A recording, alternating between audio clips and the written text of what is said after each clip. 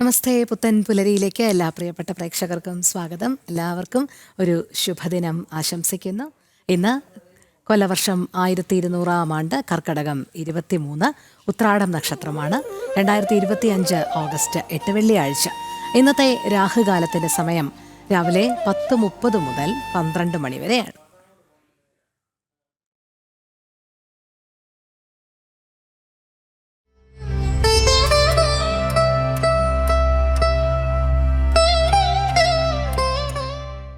നമസ്കാരം. ശുഭദിനത്തിലേക്ക് എല്ലാവർക്കും സ്വാഗതം. ശ്വേതവരാഹകൽപ്പത്തിലെ 7ാമത്തെ ചതുർയുഗമായ വൈവസ്വത മന്വന്തരത്തിലെ 28ാമത്തെ ചതുർയുഗമാണ്. കലി യുഗം തുടങ്ങി 5126ാമത്തെ വർഷമാണ്. ഇന്ന് കലിദിന സംഖ്യ വരുന്നത് 18,72,430ാമത്തെ ദിവസമാണ്. ശ്രീകൃഷ്ണ പരമാത്മാവ് സ്വർഗാരോഹണം നടത്തിയ ദിനം മുതൽക്ക് എണ്ണുമ്പോഴാണ് ഈ 18,72,430ാമത്തെ ദിവസം എന്ന് എണ്ണാൻ സാധിക്കുന്നത്. ഇന്ന് മലയാള സമ്പ്രദായത്തിലെ കലണ്ടർ അനുസരിച്ച് 1200 ആണ്ട്, കർക്കടക മാസം 23 തീയതിയാണ്. ശകവർഷ കണക്കനുസരിച്ച് 1947 ശ്രാവണ മാസം 17 തീയതിയാണ്. ഗ്രിഗോറിയൻ കലണ്ടർ അനുസരിച്ച് ഓഗസ്റ്റ് മാസം 2025 ഓഗസ്റ്റ് മാസം 8 തീയതിയാണ്. ഇന്ന് ശുക്ലപക്ഷമാണ്. ശുക്ലപക്ഷത്തിലെ തിഥി ചതുർദശിയാണ്. ചതുർദശി 2:12 വരെയുള്ള സമയത്താണ് ചതുർദശി വരുന്നത്. ഇന്ന് കരണം വരുന്നത് പശുകരണമാണ്. അത് 2:12 വരെയാണ് പശുകരണം. നിത്യയോഗം ആയുഷ്മാൻ നാമ നിത്യയോഗമാണ്. അത് 4 മണി നാളെ 4 മണിക്ക് 4:08 വരെയുള്ള സമയത്ത് ഈ ആയുഷ്മാൻ നാമ നിത്യയോഗമാണ്. ഇന്ന് നാൾ ഉത്രാടം നക്ഷത്രവും 2 മണി ഉച്ചയ്ക്ക് 2:27 വരെയുള്ള സമയത്താണ് ഉത്രാടം നക്ഷത്രം വരുന്നത്. അത് കഴിഞ്ഞ് തിരുവോണമാണ്. ഞാറ്റുവേല ആയില്യം ഞാറ്റുവേല തന്നെ തുടരുന്നു. ഇന്ന് ദിവസം വെള്ളിയാഴ്ചയാണ്. ശുക്രന്റെ കാലഹോരയിൽ തുടങ്ങുന്ന ദിവസമാണ്. ഇന്ന് ഉദയം സംഭവിക്കുന്നത് രാവിലെ 6:13:43 ഉദയം സംഭവിക്കുന്നു. വൈകിട്ട് 6:42:40 അസ്തമയം സംഭവിക്കുന്നു. ദിനമാനം, അതായത് പകലിന്റെ ദൈർഘ്യം വരുന്നത് 12 മണിക്കൂർ 23 മിനിറ്റ് 27 ആണ്. ഇന്നലത്തേക്കാൾ ഏതാനും മിനിറ്റുകളുടെ കുറവ് ഇന്ന് സംഭവിച്ചിട്ടുള്ളതായിട്ട് നമുക്ക് മനസ്സിലാകും. ക്രമേണ പകൽ സമയം ദിനമാനം കുറഞ്ഞുകൊണ്ടിരിക്കുന്നതായിട്ട് നമുക്ക് മനസ്സിലാക്കാവുന്നതാണ്. ഇന്ന് രാഹുകാലം സംഭവിക്കുന്നത് രാവിലെ 10:57 തുടങ്ങി 12:30 വരെയുള്ള സമയത്താണ് രാഹുകാലം. ഗുളികകാലം രാവിലെ 7:51 മുതൽക്ക് 9:24 വരെയുള്ള സമയത്താണ് ഗുളികകാലം. യമകണ്ഠകാലം വരുന്നത് ഉച്ചകഴിഞ്ഞ് 3:36 മുതൽക്ക് 5:09 വരെയുള്ള സമയത്താണ്. രാഹു, ഗുളിക, യമകണ്ഠകാലങ്ങൾ പൊതുവെ വർജ്യങ്ങളായിട്ടുള്ള സമയമാണ്. പ്രധാനപ്പെട്ട യാത്രകൾ അതുപോലുള്ള ശുഭകർമ്മങ്ങൾക്ക് ഈ കാലം വിധിച്ചിട്ടില്ല. ഇന്ന് ചന്ദ്രാഷ്ടമം വരുന്നത് മിഥുനക്കൂറുകാർക്കാണ്. മകയിരം, തിരുവാതിര, പുണർദം ഈ നക്ഷത്രക്കാരാണ് മിഥുനക്കൂറ് എന്ന് പറയുന്നത്. ഇവരെ സംബന്ധിച്ചിടത്തോളം ഇന്നത്തെ ദിവസം അത്ര ശുഭമല്ല. പുതിയ കാര്യങ്ങൾ, പുതിയ സംരംഭങ്ങൾ തുടങ്ങുക, യാത്ര മുതലായവ സാധിക്കുന്നിടത്തോളം വർജിക്കുകയാണ് ഇവർക്ക് നല്ലത്. അഭിജിത്ത് മുഹൂർത്തം വരുന്നത് ഉച്ചയ്ക്ക് 12:06 മുതൽക്ക് 12:28 വരെയും, തുടർന്ന് 4 മിനിറ്റ് മധ്യഭാഗം കഴിച്ചിട്ട് 12:32 മുതൽക്ക് 12:54 വരെയുമാണ്. 12:06 മുതൽക്ക് 12:54 വരെ അഭിജിത്ത് മുഹൂർത്തം എന്നാണ് പറയുക. മറ്റ് മുഹൂർത്തങ്ങളില്ലാതെ വരികയും വളരെ അത്യാവശ്യമായിട്ട് ശുഭകർമ്മങ്ങൾ അല്ലെങ്കിൽ പുതിയ സംരംഭങ്ങൾ തുടങ്ങുകയൊക്കെ ചെയ്യുമ്പോൾ ഈ അഭിജിത്ത് മുഹൂർത്തം ഒരു സുമുഹൂർത്തമായിട്ട് ആചാര്യന്മാർ എടുക്കാം എന്നുള്ളത് ആചാര്യന്മാർ പറഞ്ഞിട്ടുള്ളതാണ്. ഇന്ന് നക്ഷത്രം വരുന്നത് ഉത്രാടം നക്ഷത്രമാണ്. പുതിയ ഗൃഹപ്രവേശാദി കാര്യങ്ങൾ, അതുപോലെ പുതിയ സ്ഥാപനം തുടങ്ങുക, ബീജാവാപം ചെയ്യുക, ഇങ്ങനെയുള്ള ശുഭകർമ്മങ്ങൾക്കൊക്കെ ഉത്രാടം നല്ലതാണ്. എന്നാൽ ചതുർദശി തിഥി അനുകൂലമല്ല. അസ്ത്രശസ്ത്രങ്ങളെ ഉണ്ടാക്കുക, യാത്ര, ഇതൊക്കെ ചെയ്യാം. ക്ഷൗരം മുതലായിട്ടുള്ളവ വർജിക്കേണ്ടതാണ്. നമസ്കാരം.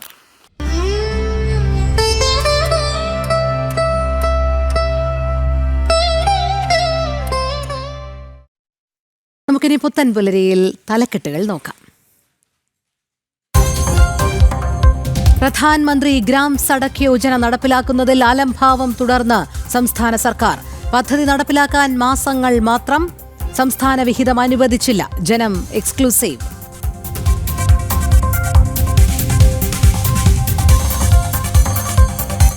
റാപ്പർ വേടനെതിരെ കൂടുതൽ ലൈംഗിക ചൂഷണ പരാതികൾ. കൂടുതൽ പെൺകുട്ടികൾ പരാതി നൽകുമെന്ന് സൂചന. പരാതി നൽകിയ യുവ ഡോക്ടറുടെ നീക്കം. വേടന് ചോർന്നുകിട്ടിയെന്ന് സംശയം.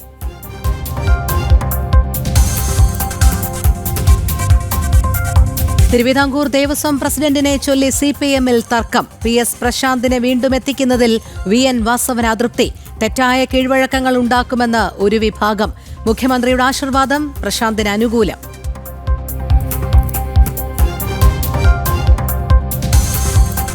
ഉത്തരാഖണ്ഡ് ദുരന്തത്തിന്റെ ഉപഗ്രഹ ചിത്രങ്ങൾ പങ്കുവച്ച് ISRO. പുറത്തുവിട്ടത് കാർട്ടോസാറ്റ് 2S പകർത്തിയ ചിത്രങ്ങൾ. ഗതിമാറി ഒഴുകിയ നദിയുടെ ദൃശ്യങ്ങൾ വ്യക്തം.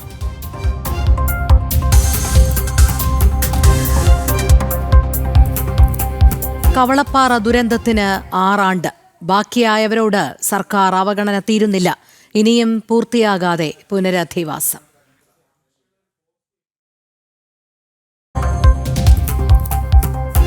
ആറുമാസമായി ശമ്പളമില്ല. ദുരിതക്കയത്തിൽ ലക്കിടി കുഞ്ചൻ നമ്പ്യാർ സ്മാരകത്തിലെ ജീവനക്കാർ. കടുത്ത അവഗണനയെന്ന് BJP.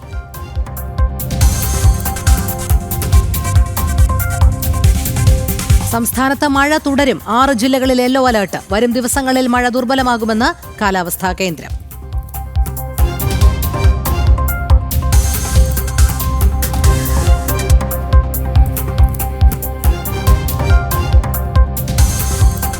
വിശദമായ വാർത്തകൾ നോക്കാം. തെരഞ്ഞെടുപ്പ് കമ്മീഷനെതിരായ പ്രതിപക്ഷ നേതാവ് രാഹുലിന്റെ നീക്കം ആസൂത്രിതമെന്ന് വിവരം. തെരഞ്ഞെടുപ്പുകളിൽ തുടർച്ചയായി തോറ്റതോടെ തെരഞ്ഞെടുപ്പ് കമ്മീഷനെ സംശയ നിഴലിൽ നിർത്തുകയാണ് രാഹുലിന്റെയും കോൺഗ്രസിന്റെയും നീക്കം. ഇന്ന് പ്രത്യക്ഷ സമരത്തിന് കോൺഗ്രസ് തയ്യാറെടുത്തിട്ടുണ്ട്. രാവിലെ 11 മണിക്ക് ബംഗളൂരുവിലെ ഫ്രീഡം പാർക്കിൽ റാലി നടത്തും. രാഹുലിന് പുറമെ കോൺഗ്രസ് അധ്യക്ഷൻ മല്ലികാർജ്ജുൻ ഖാർഗെ, സംഘടനാ ജനറൽ സെക്രട്ടറി KC വേണുഗോപാൽ തുടങ്ങിയവർ പങ്കെടുക്കും. കൂടുതൽ വിവരങ്ങളുമായി S. ശ്രീകാന്ത് ചേരുന്നു. Srikanth, good morning.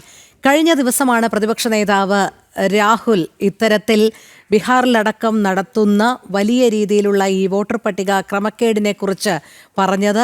പക്ഷേ അതിനെവിടെ തെളിവ് എന്ന് ചോദിക്കുമ്പോൾ മൗനം മാത്രമാണ്. അതായത് യാതൊരു അടിസ്ഥാനവുമില്ലാതെ തെരഞ്ഞെടുപ്പ് കമ്മീഷനെതിരെയും BJP ജയിക്കുന്ന എല്ലാ തെരഞ്ഞെടുപ്പുകളെയും ഇങ്ങനെ പഴി പറയുന്നതല്ലാതെ മറ്റൊരു പ്രയോജനവുമില്ല എന്നുള്ളത് തന്നെയല്ലേ വസ്തുത?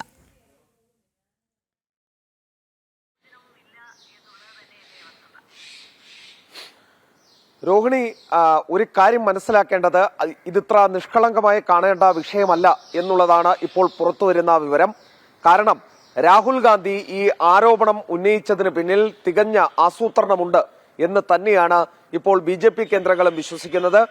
ബംഗ്ലാദേശ് മോഡലിൽ ഇത് രാജ്യത്തുടനീളം ഒരു വലിയ വിഷയമുണ്ടാക്കി ഇത് തെരുവിലേക്ക് ജനങ്ങളെ കൊണ്ടുവരിക എന്നുള്ള ആസൂത്രിത ഉദ്ദേശം ഇതിന് പിന്നിലുണ്ട് എന്നുള്ളതാണ് ഇപ്പോൾ മനസ്സിലാക്കുന്നത്. ബംഗ്ലാദേശിൽ സമാനമായിരുന്നു അവസ്ഥ. ഷെയ്ഖ് ഹസീനയെ പുറത്താക്കാൻ അമേരിക്കയുടെ അടക്കം പിന്തുണയോടുകൂടി അവിടെ നടന്ന സമരം ഉണ്ട്. അതും ഈ തെരഞ്ഞെടുപ്പുമായി ബന്ധപ്പെട്ടാണ് ആദ്യ ആരോപണമൊക്കെ ഉന്നയിച്ച് അവിടുത്തെ പ്രതിപക്ഷമടക്കം രംഗത്ത് വരുന്നത്. സമാനമായ രീതിയിലാണ് രാഹുൽ ഗാന്ധിയുടെ നേതൃത്വത്തിൽ ആസൂത്രണം നടക്കുന്നത്. ഇതിന് പിന്നിൽ നടന്നിട്ടുള്ള ഉള്ളുകളികളെ കുറിച്ച് കേന്ദ്ര സർക്കാരിനും കൃത്യമായി വിവരം കിട്ടിയിട്ടുണ്ട് എന്നാണ് മനസ്സിലാകുന്നത്. ഇപ്പോൾ പുറത്തുവരുന്ന ഏറ്റവും പുതിയ വിവരമനുസരിച്ച് രാഹുൽ ഗാന്ധിയും സംഘവും ഇപ്പോൾ ബംഗളൂരുവിൽ ഇന്നൊരു വലിയ റാലിക്ക് തീരുമാനം എടുത്തിട്ടുണ്ട്. അവിടെ ഫ്രീഡം പാർക്കിൽ വമ്പൻ റാലി നടത്താനാണ് തീരുമാനം. രാവിലെ 11 മണിക്കായിരിക്കും ഈ റാലി നടത്തുന്നത്. മല്ലികാർജ്ജുൻ ഖർഗെ, സംഘടനാകാര്യ ജനറൽ സെക്രട്ടറി KC വേണുഗോപാൽ തുടങ്ങിയവർ സ്വാഭാവികമായും ഈ പരിപാടിയിൽ പങ്കെടുക്കും. അത് മാത്രമല്ല, നിലവിൽ ഇപ്പോൾ നമുക്ക് മനസ്സിലാക്കാൻ സാധിക്കുന്നത് ഇന്ത്യ സഖ്യത്തിന്റെ ഈ യോഗം വിളിച്ച് ഇക്കാര്യത്തിൽ വിശദീകരണം നൽകാനും രാഹുൽ ഗാന്ധി തീരുമാനിച്ചിട്ടുണ്ട് എന്നുള്ളതാണ്. അതായത് രാഹുൽ ഗാന്ധിയെ സംബന്ധിച്ചിടത്തോളം പല പരിഹാസ പേരുകളും ഇട്ട് ആളുകൾ വിളിക്കുന്നു എങ്കിലും രാഹുൽ ഗാന്ധിയുടെ ഇപ്പോഴത്തെ ഈ നീക്കം അതൊരു രാജ്യത്തിനൊട്ടും ഭൂഷണമായ രീതിയിൽ പോകുന്നില്ല എന്നുള്ളതാണ്. അത് ഒരു ആസൂത്രിത നീക്കം, ജനങ്ങളെ തെരുവിലിറക്കിയുള്ള ആസൂത്രിത നീക്കത്തിലേക്ക് പോകുന്നു, ഭരണഘടനാ സ്ഥാപനങ്ങളെ സംശയനിഴലിൽ നിർത്തുന്നതാണ് എന്ന തരത്തിലാണ് വിലയിരുത്തപ്പെടുന്നത്. എന്തായാലും കാത്തിരുന്ന് കാണാം. ശ്രീകാന്ത്, അതോടൊപ്പം ഈ കഴിഞ്ഞ ദിവസത്തെ ആരോപണത്തോടനുബന്ധിച്ച് കർണാടകയിലെയും ഹരിയാനയിലെയും മഹാരാഷ്ട്രയിലെയും തെരഞ്ഞെടുപ്പ് മുഖ്യ തെരഞ്ഞെടുപ്പ് ഉദ്യോഗസ്ഥരൊക്കെ തന്നെ രാഹുൽ ഗാന്ധിക്ക് കത്തയച്ചിട്ടുണ്ട് എന്നാണ് അറിയാൻ കഴിയുന്നത്. കാരണം ഈ പ്രസ്താവന ഇങ്ങനെ പൊതുസമൂഹത്തിന്റെ മുന്നിൽ നടത്തിയാൽ മാത്രം പോരല്ലോ, ഇതിനൊക്കെ കൃത്യമായ തെളിവുകൾ വേണ്ടേ? ആളെ കൂട്ടി, മാധ്യമങ്ങളെ കൂട്ടി ഇത്തരത്തിലാണ് BJP ജയിക്കുന്നത് എന്നുള്ള അവകാശവാദം ഉന്നയിക്കുമ്പോൾ അതിന് അടിസ്ഥാനപരമായി ചില തെളിവുകൾ നൽകേണ്ട ബാധ്യത കൂടി രാഹുലിനില്ലേ? അല്ലാതെ ഇടയ്ക്കിടയ്ക്ക് ഇത്തരം പ്രസംഗങ്ങൾ മാത്രം കാഴ്ചവെച്ചതുകൊണ്ടായില്ലല്ലോ.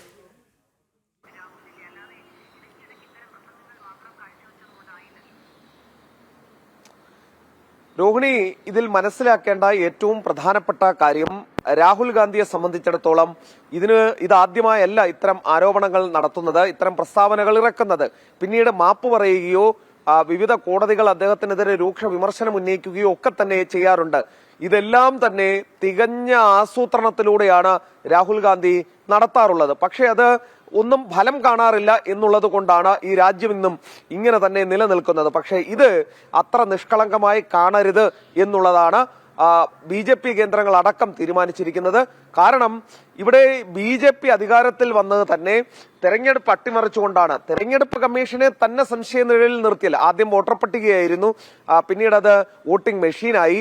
ഇപ്പോഴിതാ തെരഞ്ഞെടുപ്പ് കമ്മീഷനെ തന്നെ പൂർണ്ണമായും സംശയനിഴലിൽ നിർത്തിക്കൊണ്ട് രംഗത്ത് വരുന്ന ഒരു സാഹചര്യം. അത് പൊതുജനങ്ങളെ, സാധാരണക്കാരെ തെരുവിലേക്ക് ഇറക്കുക എന്നുള്ള ആസൂത്രിത ഗൂഢാലോചനയുടെ ഫലമാണ് എന്ന് BJP സംശയിക്കുന്നുണ്ട്. അതനുസരിച്ചാണ് BJP ഇപ്പോൾ രാഹുൽ ഗാന്ധിക്കെതിരെ കാര്യങ്ങൾ നീക്കം ചെയ്യുന്നത്.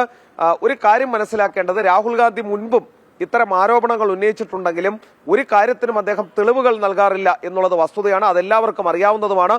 പക്ഷേ ഇപ്പോൾ തെരഞ്ഞെടുപ്പ് കമ്മീഷൻ ഈ വിഷയത്തിൽ തെളിവുകൾ ആവശ്യപ്പെട്ടിട്ടുണ്ട്. നൽകുമോ ഇല്ലയോ എന്നുള്ളത് കാത്തിരുന്ന് കാണാം. ശ്രീകാന്ത്, അതോടൊപ്പം നമുക്കറിയാം ഈ ബീഹാറിലെ സമഗ്ര വോട്ടർ പട്ടിക വിഷയത്തിൽ വല്ലാത്ത അസ്വസ്ഥതയിലാണ് പ്രതിപക്ഷ പാർട്ടികൾ എന്നുള്ള കാര്യത്തിൽ സംശയമില്ല. ഇപ്പോൾ ഈ തെരഞ്ഞെടുപ്പ് അട്ടിമറി എന്നുള്ള രീതിയിലുള്ള രാഹുലിന്റെ പ്രസ്താവനയും ബീഹാറിലെ ഈ സമഗ്ര വോട്ടർ പട്ടിക പരിഷ്കരണവും ഒക്കെ തന്നെ പാർലമെന്റിൽ ഉന്നയിക്കാനുള്ളൊരു നീക്കത്തിൽ കൂടിയാണ്. ഏതു വിധേനയും പാർലമെന്റ് നടപടികൾ തടസ്സപ്പെടുത്തുക, നിരന്തരം ഇത്തരത്തിലുള്ള ഈ നിരുത്തരവാദപരമായ പ്രസ്താവനകളിൽ നിന്നുകൊണ്ട് ബഹളം സൃഷ്ടിക്കുക, ഇതൊക്കെ തന്നെയല്ലേ ഇപ്പോഴും പ്രതിപക്ഷം ലക്ഷ്യമിടുന്നത്?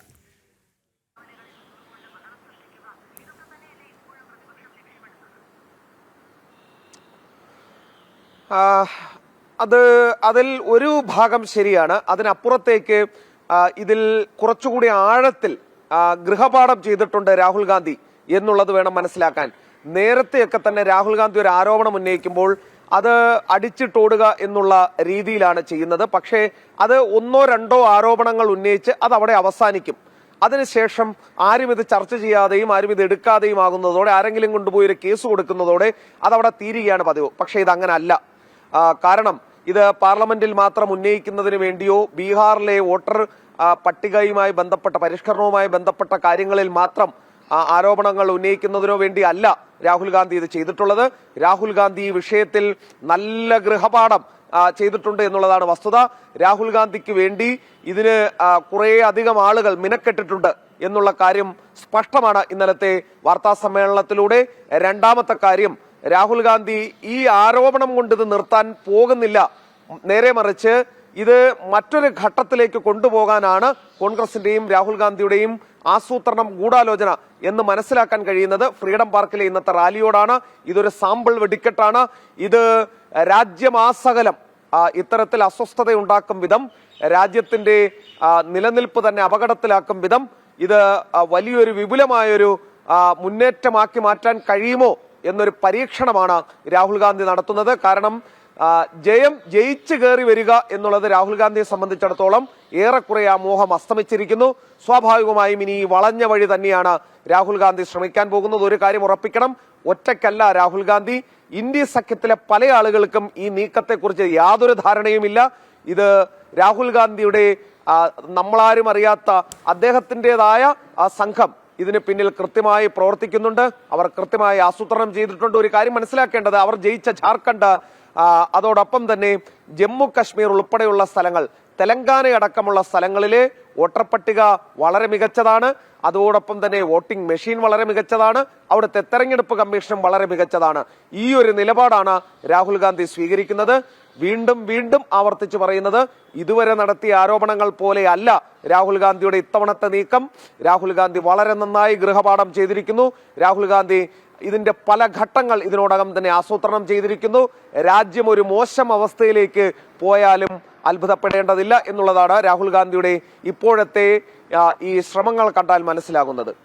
അതെ, ശരി ശ്രീകാന്ത്. എന്തായാലും ഈ തെരഞ്ഞെടുപ്പ് കമ്മീഷനെതിരായ പ്രതിപക്ഷ നേതാവ് രാഹുലിന്റെ നീക്കം ആസൂത്രിതം എന്ന് തന്നെയാണ് വിവരം. തെരഞ്ഞെടുപ്പുകളിൽ തുടർച്ചയായി തോറ്റതോടെ ഇനി തെരഞ്ഞെടുപ്പ് കമ്മീഷനെ സംശയ നിഴലിൽ നിർത്താം എന്നായിരിക്കാം രാഹുലിന്റെയും കോൺഗ്രസിന്റെയും ഒക്കെ നീക്കം. കാരണം അതിന് ഉദാഹരണമാണല്ലോ BJP ജയിക്കുന്നിടങ്ങളിലെല്ലാം അട്ടിമറി എന്ന് പറയുകയും കോൺഗ്രസ് ജയിക്കുന്നതെല്ലാം മികച്ച വിജയ ശതമാനം അല്ലെങ്കിൽ മികച്ച വിജയത്തിന്റെ തെളിവ് എന്ന് പറയുകയും ചെയ്യുന്നത്. ഇന്നെന്തായാലും പ്രത്യക്ഷ സമരത്തിന് കോൺഗ്രസ് തയ്യാറെടുത്തിട്ടുണ്ട് എന്നാണ് അറിയാൻ കഴിയുന്നത്. രാഹുലിന് പുറമെ കോൺഗ്രസ് അധ്യക്ഷൻ മല്ലികാർജ്ജുൻ ഖാർഗെയൊക്കെ ഈ പ്രത്യക്ഷ സമരത്തിൽ പങ്കെടുക്കും. പക്ഷേ എന്തായാലും കോൺഗ്രസ് നിരത്തുന്ന ഈ വാദഗതികൾക്കൊക്കെ എന്താണ് അടിസ്ഥാനപരമായ തെളിവ് എന്ന് ചോദിച്ചാൽ അവർ കൈമലർത്തുക തന്നെയാണ്. ശ്രീകാന്താണ് വിവരങ്ങൾ നൽകിയത്. തദ്ദേശ തെരഞ്ഞെടുപ്പ് അടുത്തിരിക്കെ തലസ്ഥാനത്തെ വോട്ടർ പട്ടികയിലും തട്ടിപ്പ്. പല വാർഡുകളിലും ജനസംഖ്യയെക്കാളും കൂടുതൽ വോട്ടർമാരുണ്ട്. വോട്ടർ പട്ടികയിൽ വ്യാപക ക്രമക്കേടുകൾ ഉണ്ടായിട്ടും നടപടിയില്ല.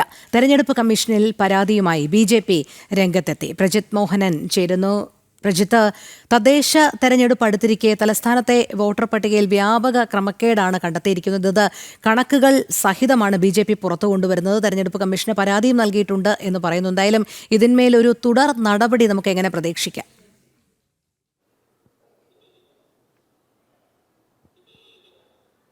രോഹിണി, വലിയ ക്രമക്കേട് തന്നെയാണ് കേരളത്തിൽ ഈ പറയുന്ന രീതിയിൽ തെരഞ്ഞെടുപ്പ് നടപടികളുമായി ബന്ധപ്പെട്ട് തദ്ദേശ തെരഞ്ഞെടുപ്പ് നടപടികളുമായി ബന്ധപ്പെട്ട് ഉണ്ടാകുന്നത് എന്നുള്ളതാണ് BJP ചൂണ്ടിക്കാട്ടുന്നത്. കഴിഞ്ഞ ദിവസമൊക്കെ അത് രീതിയിലുള്ള വിമർശനങ്ങളും വളരെ ശക്തമായിരുന്നു. എന്തായാലും ഇതിൻ്റെ കണക്കുകൾ സത്യം പറഞ്ഞാൽ വളരെ ഞെട്ടിക്കുന്നതാണ്. ഇപ്പോൾ ക്രമക്കേടുകൾ എന്ന് പറയുമ്പോൾ ഒരേ ഐ ഡി കാർഡിലുള്ള നമ്പറിൽ ഒന്നിലധികം വോട്ടർമാരുണ്ട്. ഒരേ വ്യക്തിക്ക് ഒരേ ID നമ്പറിൽ ഒന്നിലധികം വോട്ടുകളുണ്ട്. ഇപ്പോൾ വീടും അഡ്രസ്സും അതുപോലെ തന്നെ രക്ഷകർത്താവിൻ്റെയൊക്കെ പേരുമൊക്കെ ഒന്ന് തന്നെയായിട്ടുള്ള നിരവധി വോട്ടർമാർ അങ്ങനെ ഉണ്ട്. അങ്ങനെ വ്യാപകമായ ക്രമക്കേടുകൾ തദ്ദേശ തെരഞ്ഞെടുപ്പുമായി ബന്ധപ്പെട്ട കേരളത്തിലെ വോട്ടർ പട്ടികയിലും ഉണ്ട് എന്നുള്ളതൊരു തർക്കമില്ലാത്ത കാര്യമാണ്. അല്ലെങ്കിൽ അത്തരം കാര്യങ്ങളിൽ കൂടുതൽ വ്യക്തത ഇപ്പോൾ വന്നുകൊണ്ടിരിക്കുകയാണ്. കഴിഞ്ഞ ദിവസങ്ങളിൽ BJP ഉന്നയിച്ച വിഷയങ്ങളടക്കം ഈ ഘട്ടത്തിൽ ചർച്ചയാകുന്നതും അതുകൊണ്ട് തന്നെയാണ്. നമ്മൾ ഈ കഴിഞ്ഞ കുറേ ദിവസമായി തെരഞ്ഞെടുപ്പ് നടപടികളുമായി ബന്ധപ്പെട്ട് പ്രത്യേകിച്ച് തദ്ദേശ തെരഞ്ഞെടുപ്പ് വോട്ടർ പട്ടികയുടെ പേര് ചേർക്കുന്നതുമായി ബന്ധപ്പെട്ടുള്ള നിരവധി പ്രശ്നങ്ങൾ നിലനിന്നിരുന്നു. പലർക്കും അതിൽ പേര് പുതിയതായി ചേർക്കാൻ കഴിയാത്ത സാഹചര്യം ഉണ്ടാകുന്നു. സമയപരിധി അവസാനിക്കാൻ മണിക്കൂറുകൾ മാത്രം ബാക്കിയുള്ളപ്പോഴും ആയിരങ്ങൾ പുതിയ പേരുകൾ ചേർക്കാൻ കഴിയാതെ നിൽക്കുന്ന സാഹചര്യം ഉള്ളതുകൊണ്ടാണ് ഒടുവിൽ ഇത് നീട്ടി നൽകുന്ന രീതിയിലേക്ക് അല്ലെങ്കിൽ വോട്ടർ പട്ടികയിൽ പേര് ചേർക്കാനുള്ള അവസരം നീട്ടി നൽകുന്ന രീതിയിലേക്ക് പോകുന്നത്. അതേസമയം തന്നെയാണ് അതിലുള്ള ക്രമക്കേടുകൾ വ്യാപകമായി ഇങ്ങനെ പുറത്തു വരുന്നത്.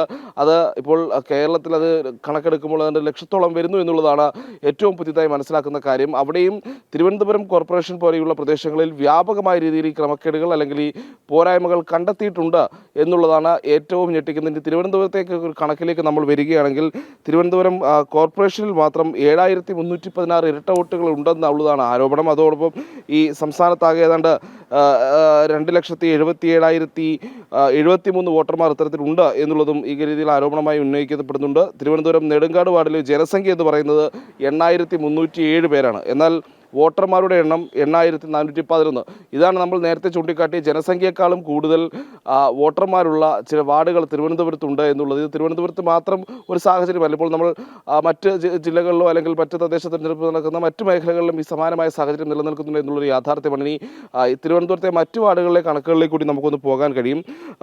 ഇപ്പോൾ നെടുങ്കാട് വാർഡിലെ കണക്ക് നമ്മൾ പറഞ്ഞു. വിഴിഞ്ഞം വാർഡിലെ ജനസംഖ്യ എന്ന് പറയുന്നത് 8,617 പേരാണ്. എന്നാൽ വോട്ടർമാരാകട്ടെ അവിടെ 12,003 പേരാണ്. പൂന്തുറ വാർഡിലെ ജനസംഖ്യ 8,834 വോട്ടർമാരാകട്ടെ അതിൻ്റെ ഇരട്ടിക്കടുത്ത് അതിൻ്റെ 14,460 പേരെത്തുന്നു. ഭീമാപ്പള്ളി വാർഡിലെ ജനസംഖ്യ 9,875 അവിടുത്തെ വോട്ടർമാർ എന്നുള്ളത് 16,658 പേരാണ്. അപ്പോൾ വ്യാപകമായ ക്രമക്കേട് സംസ്ഥാനത്തെ ഈ തദ്ദേശ തെരഞ്ഞെടുപ്പുമായി ബന്ധപ്പെട്ടിട്ടുള്ള തെരഞ്ഞെടുപ്പ് ഈ വോട്ടർ പട്ടികയിൽ ഉണ്ടായിട്ടുണ്ട് എന്നുള്ളതൊരു യാഥാർത്ഥ്യമാണ്. അതിൻ്റെ ശബ്ദിക്കുന്ന തെളിവുകൾ തന്നെയാണ് ഈ കണക്കുകൾ. അപ്പോൾ ഇതിലുണ്ടായിട്ടുള്ള ഈ തിരിമറിക്ക് മുന്നിൽ ഉത്തരവാദിത്തം ആരാണ് വഹിക്കുന്നത് അല്ലെങ്കിൽ ആരാണ് അതിന് പിന്നിൽ എന്നുള്ളതൊക്കെ കണ്ടെത്തേണ്ടിയിരിക്കുന്നു. വ്യാപകമായ കൃത്യമായ വിമർശനവുമായി BJP രംഗത്തെത്തിയിട്ടുണ്ട്. BJP ആണ് ആദ്യം ഈ ക്രമക്കേടുകൾ ചൂണ്ടിക്കാട്ടുന്നത്. നേരത്തെ ഡീലിമിറ്റേഷൻ പ്രക്രിയയുമായി ബന്ധപ്പെട്ടുള്ള കാര്യങ്ങളിലും BJP കൃത്യമായ വിമർശനമുയർത്തി രംഗത്ത് വന്നിരുന്നു. CPM-നെ സഹായിക്കാൻ പരിഹരിക്കാൻ വേണ്ടിയുള്ള ഈ വാർഡുകളുടെ വിഭജനമൊക്കെ നടക്കുന്നത് എന്ന രീതിയിലുള്ള വിമർശനം അന്ന് BJP ഉയർത്തിവിട്ടിരുന്നു. സമാനമായ നിലപാടുകളാണ്, അല്ലെങ്കിൽ അന്ന് BJP ഉയർത്തിയ ആരോപണങ്ങൾക്ക് പല തെളിവുകളും ഉണ്ടായിരുന്നു. കാരണം ഒരേ വാർഡിൽ ഒരേ സ്ഥലങ്ങൾ പല വാർഡുകളിൽ ഉൾപ്പെടുന്ന സാഹചര്യം ഉണ്ടാകുന്നത്, അങ്ങനെ വ്യാപകമായ ക്രമക്കേടുകൾ തിരുവനന്തപുരത്ത് ഉണ്ടായിരുന്നു. ആ ക്രമക്കേടുകളൊക്കെ പുറത്തു കൊണ്ടുവന്നത് BJP ആണ്. അതിന് പിന്നാലെയാണ് ഇപ്പോൾ ഈ ഏറ്റവും പുതിയതായി ഈ വോട്ടർ പട്ടികയിൽ വ്യാപകമായ ഇരട്ടി വോട്ടുകളും ക്രമക്കേടുകളുമൊക്കെ കണ്ടെത്തിയിരിക്കുന്നതും അത് പുറത്തു വരുന്നതും. ഇതിലെന്ത് നടപടി ഉണ്ടാകുമെന്നുള്ളത് കാത്തിരുന്ന് കാണേണ്ടതുമാണ്. രോഹിണി. ശരി പ്രജിത്ത്, തദ്ദേശ തെരഞ്ഞെടുപ്പ് അടുത്തിരിക്കെ തലസ്ഥാനത്തെ വോട്ടർ പട്ടികയിലും തട്ടിപ്പ്, പല വാർഡുകളിലും ജനസംഖ്യയെക്കാളും കൂടുതൽ വോട്ടർമാരുണ്ട്. എന്തായാലും ഇതെല്ലാം ചൂണ്ടിക്കാട്ടി പരാതി നൽകി BJP രംഗത്തെത്തിയിട്ടുണ്ട്. പ്രജിത്ത് മോഹനനാണ് വിവരങ്ങൾ നൽകിയത്. തീരുവ വിഷയത്തിൽ പരമാധികാരം സംരക്ഷിച്ചേ നിലപാട് സ്വീകരിക്കൂവെന്ന് വ്യക്തമാക്കി കേന്ദ്ര സർക്കാർ. മറ്റ് രാജ്യങ്ങളുമായുള്ള ബന്ധം US നിർദ്ദേശിക്കും പോലെ തീരുമാനിക്കാനാവില്ലെന്നാണ് നിലപാട്. സംയമനത്തോടെ സ്ഥിതി കൈകാര്യം ചെയ്യാനാണ് ഉദ്യോഗസ്ഥർക്ക് നിർദ്ദേശം നൽകിയിരിക്കുന്നത്. എന്നാൽ ഇപ്പോൾ പ്രഖ്യാപിച്ച തീരുവയിൽ ഒത്തുതീർപ്പിനില്ലെന്നാണ് അമേരിക്കൻ പ്രസിഡന്റ് ഡൊണാൾഡ് ട്രംപിന്റെ നിലപാട്. വിവരങ്ങളുമായി S ശ്രീകാന്ത് ചേരുന്നു. ശ്രീകാന്ത്, US-ന്റെ അധിക തീരുവ വിഷയത്തിൽ ഭാരതത്തിന്റെ പരമാധികാരം സംരക്ഷിച്ചുകൊണ്ട് തന്നെയായിരിക്കും മുന്നോട്ട് പോകുക എന്നുള്ളത് കഴിഞ്ഞ ദിവസം തന്നെ കേന്ദ്ര സർക്കാർ വ്യക്തമാക്കിയതാണ്. ഭാരതത്തിന്റെ ദേശീയ താൽപര്യങ്ങൾക്കും ഊർജ്ജ സംരക്ഷണത്തിനും തന്നെയാണ് പ്രാധാന്യമല്ലാതെ US പറയുന്നത് പോലെ മറ്റ് രാജ്യങ്ങളുമായുള്ള ബന്ധം എങ്ങനെ വേണം എന്ന് തീരുമാനിക്കുകയല്ല ചെയ്യുക എന്നുള്ള ഒരു ഉറച്ച നിലപാടിൽ തന്നെയല്ലേ ഭാരതം ഇനിയും മുന്നോട്ട് പോകുക?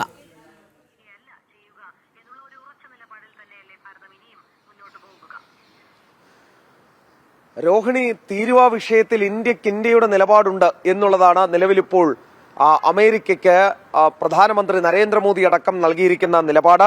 ഇന്ത്യയുടെ പരമാധികാരം സംരക്ഷിച്ച് ഈ വിഷയത്തിൽ മുന്നോട്ട് പോകൂ എന്ന അർത്ഥശങ്കയ്ക്കിടയില്ലാത്ത വിധം വ്യക്തമാക്കിയിട്ടുണ്ട്. ഇനി അക്കാര്യത്തിൽ ഒരു സംശയം വേണ്ട, ഇനി അക്കാര്യത്തിൽ ചർച്ചകൾക്കും സ്ഥാനമില്ല എന്നുള്ളതാണ് വസ്തുത. മാത്രമല്ല, നിലവിലിപ്പോൾ പറയുന്നത് പോലെ മറ്റ് രാജ്യങ്ങളുമായുള്ള ബന്ധം US നിർദ്ദേശിക്കും പോലെ തീരുമാനിക്കാനാവില്ല എന്ന നിലപാടും ഇന്ത്യ ഇപ്പോൾ കൈക്കൊണ്ടിട്ടുണ്ട്. എന്നാൽ സംയമനത്തോടെ സ്ഥിതി കൈകാര്യം ചെയ്യാൻ ഉദ്യോഗസ്ഥർക്ക് നിർദ്ദേശവും നൽകിയിട്ടുണ്ട്. ഇതെങ്ങനെ മറികടക്കാം എന്നുള്ള കാര്യത്തിൽ ആലോചനകൾ ഇതിനോടകം തന്നെ ഇവിടെ തുടങ്ങിയിട്ടുമുണ്ട്. ഇപ്പോൾ പ്രഖ്യാപിച്ച തീരുവയിൽ ഒത്തുതീർപ്പിനില്ല എന്ന് ഡൊണാൾഡ് ട്രംപും വ്യക്തമാക്കി കഴിഞ്ഞു. അതേസമയം ട്രംപിന്റെ തീരുവ ഭീഷണി നേരിടാൻ ഇന്ത്യയും ബ്രസീലും ഒന്നിച്ചു നിൽക്കും എന്ന് ഇപ്പോൾ ബ്രസീൽ വ്യക്തമാക്കിയിട്ടുണ്ട്. അതായത് അമേരിക്ക ഇപ്പോൾ ഏർപ്പെടുത്തിയിട്ടുള്ള ഈ തീരുവ വിഷയത്തിൽ കീഴടങ്ങാൻ ഇന്ത്യ ഉദ്ദേശിച്ചിട്ടില്ല എന്ന് തന്നെയാണ് വ്യക്തമാകുന്നത്. മറ്റ് രാജ്യങ്ങളുമായി ചേർന്ന് ഇതിനെ മറികടക്കുക എന്നുള്ളതാണ് ഇപ്പോഴത്തെ ഇന്ത്യയുടെ ലക്ഷ്യം. പ്രധാനപ്പെട്ട ഒരു കാര്യം മറ്റൊന്ന്, ഇന്നലെ 1 മണിക്കൂർ നീണ്ട ചർച്ച ബ്രസീലുമായി പ്രധാനമന്ത്രി നരേന്ദ്രമോദി നടത്തിയിട്ടുണ്ട്. തീരുവ സമ്മർദ്ദം നേരിടാനുള്ള മറ്റ് പോംവഴികൾ ബ്രിക്സ് രാജ്യങ്ങൾ കൂട്ടായി ആലോചിക്കും എന്നുള്ളതും ഇപ്പോൾ പുറത്തുവരുന്ന പ്രധാനപ്പെട്ട കാര്യമാണ്. മാത്രമല്ല, കർഷക താൽപര്യം സംരക്ഷിക്കാൻ എന്ത് വിലയും നൽകാൻ തയ്യാറാണ് എന്ന് പ്രധാനമന്ത്രി ഇതിനോടകം വ്യക്തമാക്കുകയും ചെയ്തിട്ടുണ്ട്. എടുത്തു പറയേണ്ട മറ്റൊരു കാര്യം, ചൈനയുമായി ഇന്ത്യ അടുക്കാൻ തീരുമാനിച്ചിരിക്കുന്നു എന്നുള്ളതാണ്. പ്രധാനമന്ത്രി ഈ മാസം 31-നും സെപ്റ്റംബർ 1-നും ചൈന സന്ദർശിക്കുന്നുണ്ട്. റഷ്യയിൽ അജിത് ഡോവൽ എത്തി പുടിനുമായി കൂടിക്കാഴ്ച നടത്തുകയും ചെയ്തു. അതായത് വേറൊരു ശാക്തിക ചേരി അമേരിക്കയെ ഒഴിവാക്കിക്കൊണ്ട് രൂപം കൊള്ളുന്നു. ശത്രുവിന്റെ ശത്രു മിത്രം എന്ന നിലപാട് ഇന്ത്യ സ്വീകരിക്കുന്നു എന്നുള്ളതാണ് മനസ്സിലാക്കേണ്ടത്. ശരി, ശ്രീകാന്താണ് വിവരങ്ങൾ നൽകിയത്. ബോക്സ് ഓഫീസുകളിൽ ചരിത്രം സൃഷ്ടിച്ച് മഹാവതാർ നരസിംഹ. ഇന്ത്യൻ ബോക്സ് ഓഫീസിൽ 100 കോടി കടന്ന ആദ്യത്തെ ആനിമേറ്റഡ് ചിത്രമായി മാറിയിരിക്കുകയാണ് മഹാവതാർ നരസിംഹ. വൻ പ്രേക്ഷക പ്രീതിയാണ് സിനിമയെ തേടിയെത്തുന്നത്. ഹിസ്റ്റോറിക് ബ്ലോക്ക് ബസ്റ്റർ സൃഷ്ടിച്ചിരിക്കുകയാണ് മഹാവതാർ നരസിംഹ. സമീപ വർഷങ്ങളിലെ ഏറ്റവും വലിയ വിജയഗാഥകളിലൊന്നാണിത്. ഭാരതീയ സംസ്കാരത്തിൽ ഊന്നിക്കൊണ്ട് നരസിംഹാവതാരത്തിന്റെ പുരാണ കഥയാണ് ഹോംബാലെ ഫിലിംസ് പ്രേക്ഷകരിലേക്ക് എത്തിച്ചത്. ക്ലീം പ്രൊഡക്ഷന്റെ ബാനറിൽ ശില്പ ധവാൻ, കുശാൽ ദേശായി, ചൈതന്യ ദേശായി എന്നിവരാണ് ചിത്രം നിർമ്മിച്ചിരിക്കുന്നത്.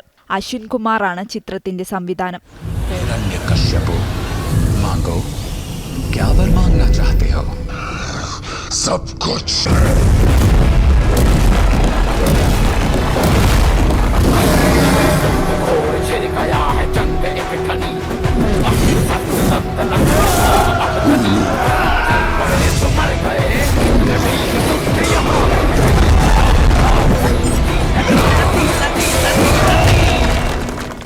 ബ്രഹ്മാണ്ഡ ആനിമേഷൻ ചിത്രം ഭക്തനായ പ്രഹ്ലാദന്റെയും മഹാവിഷ്ണുവിന്റെ 4ാമത്തെ അവതാരമായ നരസിംഹത്തിന്റെയും കഥയാണ് പ്രേക്ഷകരിലേക്ക് എത്തിച്ചത്. 3D ഫോർമാറ്റിൽ അത്യാധുനിക സാങ്കേതിക വിദ്യകൾ ഉപയോഗിച്ച് നിർമ്മിച്ച സിനിമയ്ക്ക് വൻ പ്രേക്ഷക പ്രീതി. 10 പ്രതിനിധി സമ്മേളനം മഹാരാഷ്ട്ര ഗവർണർ CP രാധാകൃഷ്ണൻ ഉദ്ഘാടനം ചെയ്യും. ഉച്ചയ്ക്ക് നടക്കുന്ന സാംസ്കാരിക സമ്മേളനം മുതിർന്ന BJP നേതാവും മിസോറാം മുൻ ഗവർണറുമായ കുമ്മനം രാജശേഖരനാണ് ഉദ്ഘാടനം ചെയ്യുക. വൈകിട്ട് നഗരം ചുറ്റി പ്രകടനം. തുടർന്ന് ടൗൺ സ്ക്വയറിൽ നടക്കുന്ന പൊതുസമ്മേളനം BMS ദേശീയ സമിതി അംഗം P. ഉണ്ണികൃഷ്ണൻ ഉണ്ണിത്താൻ ഉദ്ഘാടനം ചെയ്യും. സംസ്ഥാന കൗൺസിൽ യോഗം, ഭാരവാഹി തെരഞ്ഞെടുപ്പ്, സുഹൃത്ത് സമ്മേളനം എന്നിവ നാളെ നടക്കും. BMS സംസ്ഥാന അധ്യക്ഷൻ ശിവജി സുദർശനാണ് സുഹൃത്ത് സമ്മേളനം ഉദ്ഘാടനം ചെയ്യുക. BJP മുൻ സംസ്ഥാന അധ്യക്ഷൻ K. രാമൻപിള്ള, മുൻ DGP doctor Jacob Thomas, RRKMS മുൻ ദേശീയ സെക്രട്ടറി SK ജയകുമാർ, BMS സംസ്ഥാന ജനറൽ സെക്രട്ടറി GK അജിത് തുടങ്ങിയവർ സമ്മേളനത്തിൽ വിവിധ പരിപാടികളിലായി പങ്കെടുക്കും. ജനം, പത്തനംതിട്ട.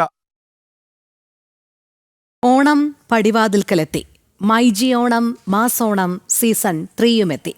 മഞ്ജു വാര്യരും ടൊവിനോ തോമസും വ്യത്യസ്ത രൂപത്തിൽ അവതരിപ്പിച്ച മൈജിയുടെ മാസ് പരസ്യം ജനം TVയിലൂടെ പ്രേക്ഷകർക്ക് മുന്നിലേക്ക് എത്തുകയാണ്.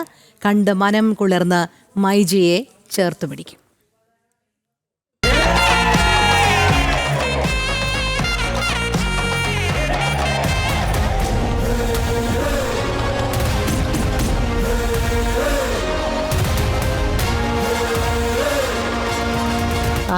ഞാനിവിടെ പുതിയതാ. താങ്കളാരാ?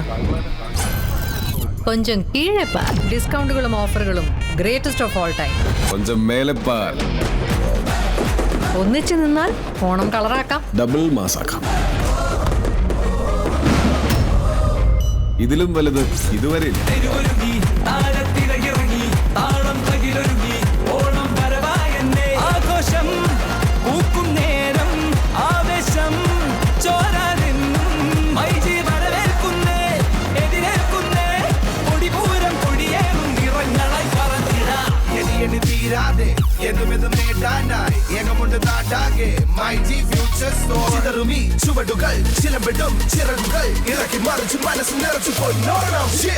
ഇരുപത്തഞ്ച് കാറുകൾ, 30 സ്കൂട്ടറുകൾ, 30 ഗോൾഡ് കോയിൻസ്, 60 ഇന്റർനാഷണൽ ട്രിപ്സ്, ദിവസേന 1 ലക്ഷം രൂപ, 25 കോടി രൂപയുടെ ഡിസ്കൗണ്ടുകളും സമ്മാനങ്ങളുമായി മൈജി ഓണം, മാസ് ഓണം. ഓഫറുകൾ തീർന്നില്ലേ? മൈജി അല്ലേ, വന്നിട്ടേ MyG future. Experience the next. ഉത്തരകാശിയിലെ ദരാലി ഗ്രാമത്തിലുണ്ടായ മിന്നൽ പ്രളയത്തിൽ രക്ഷാപ്രവർത്തനം ഊർജിതമായി. ഏതാനും ദിവസങ്ങളായി പെയ്ത അതിശക്ത മഴയിൽ ഉത്തരകാശിയിൽ നിന്ന് ഗംഗോത്രിയിലേക്ക് പോകുന്ന റോഡിൽ 17 ഇടങ്ങളിലാണ് മണ്ണിടിച്ചിലുണ്ടായത്. ബോർഡർ റോഡ്സ് ഓർഗനൈസേഷന്റെ നേതൃത്വത്തിൽ തകർന്ന റോഡുകളിൽ താൽക്കാലിക മൺപാത ഒരുക്കി ദരാലിയിലേക്ക് റോഡ് മാർഗമെത്താനുള്ള നീക്കങ്ങൾ തുടരുകയാണ്. ഗംഗയാനിൽ ബ്ലെയ്സി പാലത്തിന്റെ നിർമ്മാണം കൂടി പൂർത്തിയായാൽ ധരാലിയിലേക്ക് കടക്കാൻ സാധിക്കും. S. നന്ദഗോപൻ ചേരുന്നു. നന്ദൻ, കൂടുതൽ വിവരങ്ങൾ. രോഹിണി, ഈ രക്ഷാപ്രവർത്തനം ഇന്നിപ്പോൾ കാലാവസ്ഥ അനുകൂലമാണ്, രക്ഷാപ്രവർത്തനത്തിന് അനുയോജ്യമായ സമയമാണ്, അല്ലെങ്കിൽ ഉചിതമായ ഒരു സന്ദർഭമാണ്. അതേസമയം തന്നെ അവിടേക്കുള്ള റോഡ് ഇതുവരെയായിട്ടും ശരിയായിട്ടില്ല എന്നുള്ളതാണ് ഇതിൽ വലിയ ഒരു പ്രതിസന്ധി സൃഷ്ടിക്കുന്നത്. ഇപ്പോൾ ഞാൻ നിൽക്കുന്ന ഒരു സ്ഥലം ബഡ്വാടി എന്നുള്ള സ്ഥലമാണ്. ഇവിടുന്ന് 40 കിലോമീറ്റർ അകലെയാണ് ഈ ദുരന്തം നടന്ന സ്ഥലം. അവിടേക്കുള്ള റോഡ് ഈ സമാനമായ രീതിയിൽ പലയിടങ്ങളിലായി തകർന്നു കിടക്കുന്നു. ഇത്തരം തകർന്ന പാതകളിൽ ബോർഡർ റോഡ്സ് ഓർഗനൈസേഷൻ്റെ നേതൃത്വത്തിൽ താൽക്കാലികമായി പാത പണിയുന്നുണ്ടെങ്കിലും പിന്നീട് ഈ വീണ്ടും മണ്ണിടിച്ചിൽ നിരന്തരം ഉണ്ടാകുന്നു എന്നുള്ളതാണ് ഇതിൽ വലിയൊരു പ്രതിസന്ധിയായി നിൽക്കുന്നത്. മാത്രമല്ല, ഇതിലൂടെ ഈ റോഡിലൂടെ ഈ പട്ടാളത്തിൻ്റെ വാഹനം അവിടെ എത്തി ഒരു ബെയിലി പാലം നിർമ്മിച്ചാൽ മാത്രമേ ഈ ധരാലിയിലേക്ക് കടക്കാൻ കഴിയൂ. എന്നാൽ അവിടേക്ക് പലതവണ ഈ സാധനവുമായി പോകുമ്പോൾ ഇത്തരത്തിൽ പലയിടങ്ങളിലായി മണ്ണിടിയുന്ന ഒരു സാഹചര്യമുണ്ട്. ഇപ്പോൾ നമുക്ക് ദൃശ്യങ്ങളിൽ കാണാം, ഒരു വാഹനം കുടുങ്ങിക്കിടക്കുകയാണ് ഇവിടെ. ഈ വാഹനം ഇവിടെ നിന്നും കൊണ്ടുപോകാൻ വേണ്ടി ഇപ്പോൾ JCB ഉപയോഗിക്കേണ്ട ഒരു സാഹചര്യമാണ്. ഒന്ന് മാറിനെ. പ്രധാനമായും ഈ പാത ഒരുക്കിയാൽ മാത്രമേ മുന്നോട്ട് പോകാൻ കഴിയത്തുള്ളൂ എന്നുള്ളതാണ് ഒരു പ്രധാന വെല്ലുവിളി ഉയർത്തുന്നത്. ഇത്തരത്തിൽ ഈ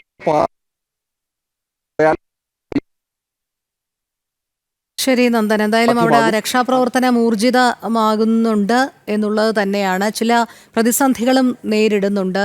ഇപ്പോൾ മണ്ണുമാന്തി യന്ത്രം ഉപയോഗിച്ചുകൊണ്ട് റോഡ് ഗതാഗത യോഗ്യമാക്കുന്ന ആ ഒരു നടപടിയാണ് നമ്മൾ കണ്ടത്. അതിനായി അവിടെ നിന്ന് മാധ്യമപ്രവർത്തകരെ അടക്കം മാറ്റാനുള്ള ശ്രമത്തിലാണ് അവിടെയുള്ള ഉദ്യോഗസ്ഥരൊക്കെ തന്നെ. എന്തായാലും ഉത്തരകാശിയിലെ ദരാലി ഗ്രാമത്തിലുണ്ടായ മിന്നൽ പ്രളയത്തിൽ രക്ഷാപ്രവർത്തനം ഊർജിതമായി തന്നെ തുടരുന്നുണ്ട്. നന്ദൻ, കേൾക്കാമെങ്കിൽ തുടരാം.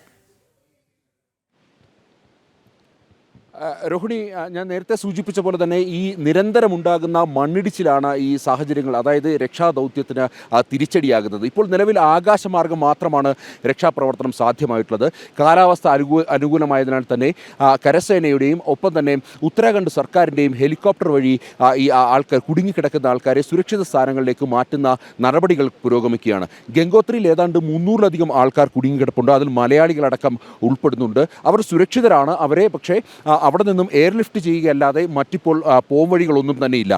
ഇതിനപ്പുറത്തേക്ക് ഈ റോഡ് മാർഗമുള്ള രക്ഷാപ്രവർത്തനം കൂടുതൽ സജീവമായാൽ മാത്രമേ, അല്ലെങ്കിൽ അത് സാധ്യമായാൽ മാത്രമേ ഈ മണ്ണിനടിയിൽ കിടക്കുന്നവരെ കൂടുതലായി തിരഞ്ഞ് കണ്ടുപിടിക്കുവാനുള്ള ഉപകരണങ്ങളും മറ്റ് ഈ മണ്ണുമാന്തി യന്ത്രം അടക്കമുള്ള കൂടുതൽ സാമഗ്രികൾ ഈ മേഖലയിലേക്ക് എത്തിക്കാൻ സാധിക്കൂ.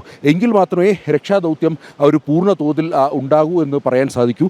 മാത്രമല്ല, ഈ ഔദ്യോഗിക കണക്ക് പ്രകാരം 50 പേരാണെങ്കിലും നിരവധി പേരെ കാണുവാനില്ല എന്നുള്ള വിവരങ്ങൾ ഇപ്പോഴും പുറത്തു വരുന്നൊരു സാഹചര്യം നിലനിൽക്കുന്നു. അതുകൊണ്ട് തന്നെ 100-ലധികം പേർ ഒരുപക്ഷേ മണ്ണിനടിയിൽ ഉൾപ്പെട്ടിട്ടുണ്ടാകും എന്നുള്ളതാണ്.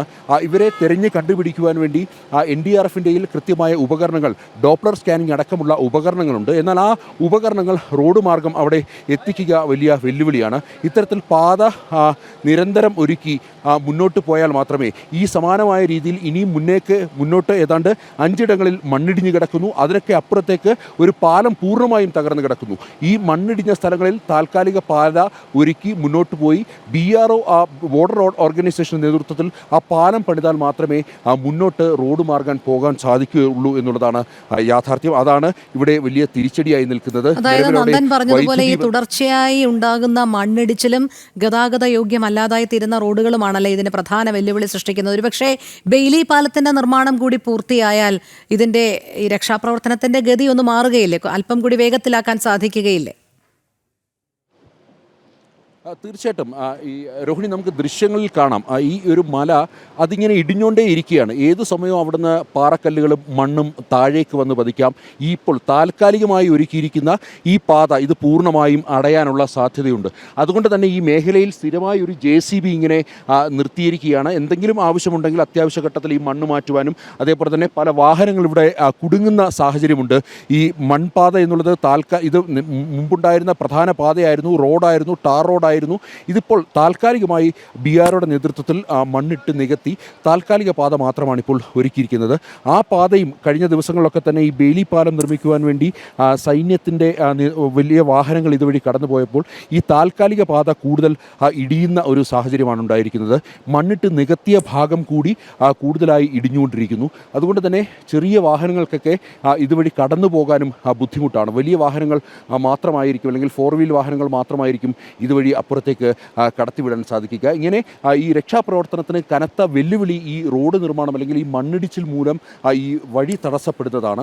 അത് ഒരുക്കുക വലിയ ദുഷ്കരമായ ദൗത്യമാണ്. ഇന്നും ഇവിടെ ഉത്തരകാശിയിലടക്കമുള്ള മേഖലകളിൽ അതിശക്തമായ മഴയാണ് പ്രവചിച്ചിരിക്കുന്നത്. അല്പം മുമ്പ് നല്ല തെളിഞ്ഞ സൂര്യൻ ഉദിച്ചു നിൽക്കുന്ന ഒരു കാലാവസ്ഥയായിരുന്നു. എന്നാൽ ഇപ്പോൾ അത് ആ മലനിരകളിലേക്ക് പോയി കഴിഞ്ഞാൽ അല്പം ഇരുണ്ട് മേഘാവൃതമായിരിക്കുന്ന ഒരവസ്ഥയാണ്. ഈ ഹിമാലയൻ മേഖലയിൽ അതാണ് ഒരു പ്രത്യേകത. ഏത് സമയവും മഴ പെയ്യുവാനുള്ള സാധ്യത നമുക്ക് കാലാവസ്ഥാ നിരീക്ഷണ കേന്ദ്രത്തിന് പോലും പ്രവചിക്കാൻ കഴിയത്തില്ല. ഏത് സമയവും മഴ പെയ്യാം, പെട്ടെന്ന് വെയിൽ വരാം. അങ്ങനെ മാറി മാറി വരുന്ന ഒരു കാലാവസ്ഥ അത് വലിയ വെല്ലുവിളിയാകാണ്. ഇന്നിപ്പോൾ ഇവിടെ റെഡ് അലേർട്ട് പ്രഖ്യാപിച്ചിരിക്കുകയാണ്. അതിശക്തമായ മഴയാണ് പ്രവചിച്ചിരിക്കുന്നത്. ഉത്തരകാശി ജില്ല, ഒപ്പം തന്നെ ഹരിദ്വാർ ജില്ല, അൽമോറ ജില്ല എന്നീ 3 ഇടങ്ങളിലാണ് അതിശക്ത മഴ പ്രവചിച്ചിരിക്കുന്നത്. ഇത് വലിയ പ്രതിസന്ധി സൃഷ്ടിക്കുവാൻ ഇടയുണ്ട്. ഇനി മഴ പെയ്താൽ ഇപ്പോൾ താൽക്കാലികമായി നിർമ്മിച്ചിരിക്കുന്ന ഈ പാതയിൽ കൂടി വീണ്ടും തകരുന്ന ഒരു സ്ഥിതിയാണ്. മാത്രമല്ല ഇവിടെയുള്ള ഉദ്യോഗസ്ഥർ വ്യക്തമാക്കുന്നത് ഇനിയും മണ്ണിടിയുവാനുള്ള സാധ്യത വളരെ വലിയ കൂടുതലാണ്. ഇപ്പോൾ കഴിഞ്ഞ ദിവസങ്ങളിലൊക്കെ തന്നെ നിരപ്പ് ഭൂമിയായിരുന്ന സ്ഥലങ്ങളിലൊക്കെ തന്നെ വെണ്ടുകീറി തുടങ്ങി. മണ്ണിൽ കൂടുതൽ ഈർപ്പം പിടിച്ചിട്ടുണ്ട്. ഈ ഈർപ്പം മണ്ണിനെ താഴേക്ക് അല്ലെങ്കിൽ താഴേക്ക് പുറന്തള്ളും എന്നുള്ളതാണ് പ്രധാനമായും അവർ ചൂണ്ടിക്കാണിക്കുന്നത്. ഇത്തരമൊരു സാഹചര്യം അത് വലിയ പ്രതിസന്ധി നിൽക്കുന്നു. അതായത് ഈ മഴ, ശക്തമായ മഴ, ഇടവിട്ടുള്ള മഴ, അതാണ് കൂടുതലായി മണ്ണിടിച്ചിലിനും അതേപോലെ തന്നെ വലിയ ഈ പാറക്കെട്ടുകൾ താഴേക്ക് റോഡിലേക്ക് വന്ന് പതിക്കുവാൻ. കഴിഞ്ഞ ദിവസവും അത്തരമൊരു അപകടമുണ്ടായി. നമ്മൾ സഞ്ചരിച്ചിരുന്ന വാഹനത്തിൻ്റെ ഏതാണ്ട് ഒരു 500 മീറ്റർ അകലെയാണ് ഒരു വലിയ പാറക്കഷ്ണം റോഡിലേക്ക് വന്ന് വീഴുകയുണ്ടായി. ഞങ്ങൾക്ക് മുമ്പിൽ സഞ്ചരിച്ചിരുന്ന ഒരു സ്കൂട്ടർ, ആ സ്കൂട്ടറിൽ സഞ്ചരിച്ചിരുന്ന 2 പേർ തലനാരിഴയ്ക്കാണ് രക്ഷപ്പെട്ടത്. ഇങ്ങനെ വലിയ അപകട സാധ്യതകളും നിലനിൽക്കുന്നു എന്നുള്ളതാണ്. ഏതായാലും ഇൻഡോ ടിബറ്റൻ ബോർഡർ പോലീസും അതേപോലെ തന്നെ NDRF-ഉം സൈന്യത്തിൻ്റെ നേതൃത്വത്തിലാണ് രക്ഷാപ്രവർത്തനം ഇപ്പോഴും പുരോഗമിക്കുന്നത്. സൈന്യത്തിന് ആവശ്യമായ ഉപകരണങ്ങൾ, NDRF-ന് ആവശ്യമായ ഉപകരണങ്ങൾ, ഒപ്പം തന്നെ ITBP ഉപകരണങ്ങൾ ഹെലികോപ്റ്ററുകളിൽ അവിടെ എയർലിഫ്റ്റ് ചെയ്ത് എത്തിച്ചിട്ടുണ്ട്. വലിയ ജനറേറ്റർ അടക്കം അവിടെ എത്തിച്ച് അങ്ങനെ താൽക്കാലികമായി വൈദ്യുതി കണ്ടെത്തിയാണ് അവിടെ ഈ രക്ഷാപ്രവർത്തനങ്ങൾ പുരോഗമിക്കുന്നത്. ഇത്തരം ഈ ഡ്രോപ്ലർ സ്കാൻ അടക്കമുള്ള ഉപകരണങ്ങൾക്ക് വൈദ്യുതി ആവശ്യമാണ്. അത്തരം വൈദ്യുതി അവിടെ എത്തിക്കുക അല്ലെങ്കിൽ വെളിച്ചമടക്കം വലിയ പ്രതിസന്ധിയാണ്. അപ്പോൾ വൈദ്യുതി ഒരു വലിയ പ്രതിസന്ധിയായി നിലനിൽക്കുന്ന ഒരു സാഹചര്യത്തിൽ അവിടേക്ക് കൂടുതൽ ജനറേറ്റർ അടക്കം ഒരുപക്ഷെ ഇന്ന് എയർലിഫ്റ്റ് ചെയ്യുമെന്നുള്ളതാണ് അറിയാൻ കഴിയുന്നത്. അതേപോലെ തന്നെ ഇന്ന് ഈ കാലാവസ്ഥ ഇതേപോലെ നിൽക്കുകയാണെങ്കിൽ ഇന്ന് രക്ഷാപ്രവർത്തനം ഊർജിതമാക്കും. ഏതാണ്ട് 300ഓളം പേർ കുടുങ്ങിക്കിടക്കുന്നു ഗംഗോത്രിയിൽ. അവരെ സുരക്ഷിതമായി ഡെറാഡൂണിലേക്ക് മാറ്റുവാനുള്ള നീക്കങ്ങൾ ഇന്ന് പുലർച്ചെ തന്നെ ആരംഭിച്ചു. ഇതിനോടകം തന്നെ ഹെലികോപ്റ്റർ സർവീസുകൾ ആരംഭിച്ചു. ഉത്തരാഖണ്ഡ് സർക്കാരിൻ്റെ 3 ഹെലികോപ്റ്ററുകളുണ്ട്. ഇതിനു പുറമെ സൈന്യത്തിൻ്റെ 4 ഹെലികോപ്റ്ററുകളും ഉപയോഗിച്ചുകൊണ്ടുള്ള രക്ഷാപ്രവർത്തനമാണ് ഇപ്പോൾ നടക്കുന്നത്. ഈ ഒരു പ്രയോറിറ്റി നിശ്ചയിച്ചാണ് ഈ രക്ഷാപ്രവർത്തനം. ആദ്യഘട്ടത്തിൽ ഈ ധരാലി മേഖലയിൽ ഉണ്ടായിരുന്നവരെ അവരെ സുരക്ഷിത സ്ഥാനങ്ങളിലേക്ക് മാറ്റുക എന്നുള്ളതാണ്. അതായത് ധരാലിയിൽ വീണ്ടും മണ്ണിടിച്ചിലിനുള്ള ഒരു സാധ്യതയാണ് നിലനിൽക്കുന്നത്. അതുകൊണ്ട് തന്നെ ധരാലിയിൽ അവിടെ പെട്ടുകിടക്കുന്നവരെ പുറത്തേക്ക് എത്തിക്കുക എന്നുള്ളതാണ് പ്രാഥമിക പരിഗണന. അതിനുശേഷം ആയിരിക്കും പിന്നീട് മറ്റ് ഉള്ള സ്ഥലങ്ങളിൽ കുടുങ്ങിക്കിടക്കുന്ന അല്ലെങ്കിൽ സുരക്ഷിത സ്ഥാനങ്ങളിൽ ഇപ്പോൾ ഉള്ള ആൾക്കാരെ അവരെ മാറ്റുക എന്നുള്ളത്. അങ്ങനെ സർക്കാർ കൃത്യമായ ഒരു പ്രയോറിറ്റി നിശ്ചയിച്ചിട്ടുണ്ട്. ആ പ്രയോറിറ്റി പ്രകാരമായിരിക്കും ഈ ആൾക്കാരെ സുരക്ഷിത സ്ഥാനങ്ങളിലേക്കും മറ്റും എത്തിക്കുവാനുള്ള നീക്കങ്ങൾ നടക്കുക. ഏതായാലും വലിയ ദുരന്തമുഖത്തേക്ക് ഇപ്പോഴും പൂർണ്ണ തോതിൽ ഈ രക്ഷാപ്രവർത്തനം എത്താത്തത് അത് കൂടുതൽ ആഘാതങ്ങൾ സൃഷ്ടിക്കുവാനുള്ള ഒരു സാഹചര്യമാണ്. പ്രത്യേകിച്ച് നമുക്ക് ദൃശ്യങ്ങൾ, ആ മേഖലയിലെ ദൃശ്യങ്ങൾ നമ്മൾ കണ്ടതാണ്. അന്ന് വലിയൊരു ജലബോംബ് പൊട്ടി താഴേക്ക് വരുന്നു. ഈ ധരാലി ഗ്രാമത്തിൻ്റെ ഒരു ഭാഗം മുഴുവൻ പൂർണ്ണമായും ഒലിച്ചു പോകുന്നു. ആ ഒലിച്ചുപോയ ഭാഗത്തേക്ക് വലിയൊരു മല, അതിൻ്റെ സാറ്റലൈറ്റ് ദൃശ്യങ്ങൾ ഇതിനോടകം തന്നെ പുറത്തു വന്നിട്ടുണ്ട്. ആ ഒരു വലിയ മല തന്നെ പൊട്ടി താഴേക്ക് ഒലിച്ചു വരികയായിരുന്നു. ആ വലിയൊരു മലയിൽ ഉണ്ടായിരുന്ന മുഴുവൻ മണ്ണും താഴേക്ക് ഒലിച്ചിറങ്ങി ഈ ഗ്രാമത്തിലേക്ക് വന്ന് ഈ വീടുകളും മറ്റും ഇടിച്ച് അതിൻ്റെ ഒപ്പം തന്നെ ഈ പുഴയിലേക്ക്, ഗംഗാ നദിയിലേക്ക്, ഖീർ ഗംഗയിലേക്ക് ഒഴുകി മാറുകയായിരുന്നു. അങ്ങനെ ആ വലിയ ആഘാതത്തോടു കൂടി വന്ന ഈ ഖീർ ഗംഗയിലേക്ക് വന്ന വെള്ളം ഈ ഖീർ ഗംഗയിൽ ഉണ്ടായിരുന്ന ചില പാലങ്ങൾ തകർത്തു, റോഡുകൾ തകർത്തു. അങ്ങനെ വലിയ ഒരു ആഘാതം ഈ മേഖലയിൽ, ഈ ധരാലിയിൽ മാത്രമല്ല, ഈ ധരാലിക്ക് ചുറ്റുമുള്ള പല മേഖലയിലും വലിയ ആഘാതങ്ങൾ സൃഷ്ടിക്കുകയുണ്ടായി. ആ മലയിലുണ്ടായിരുന്ന മുഴുവൻ ചെളിയും ഈ ഗ്രാമത്തിലെ വീടുകൾ ഇപ്പോൾ മുഴുവൻ മൂടപ്പെട്ടത്. അതായത് ഏതാണ്ട് 2 നില വീടിൻ്റെ 1 നിലയോളം പൊക്കത്തിൽ മുഴുവൻ ചെളി നിറഞ്ഞിരിക്കുകയാണ്. അതുകൊണ്ട് തന്നെ ഈ സൈന്യത്തിനും രക്ഷാപ്രവർത്തകർക്കും വലിയ വെല്ലുവിളി അത് സൃഷ്ടിക്കുന്നു എന്നുള്ളതാണ്.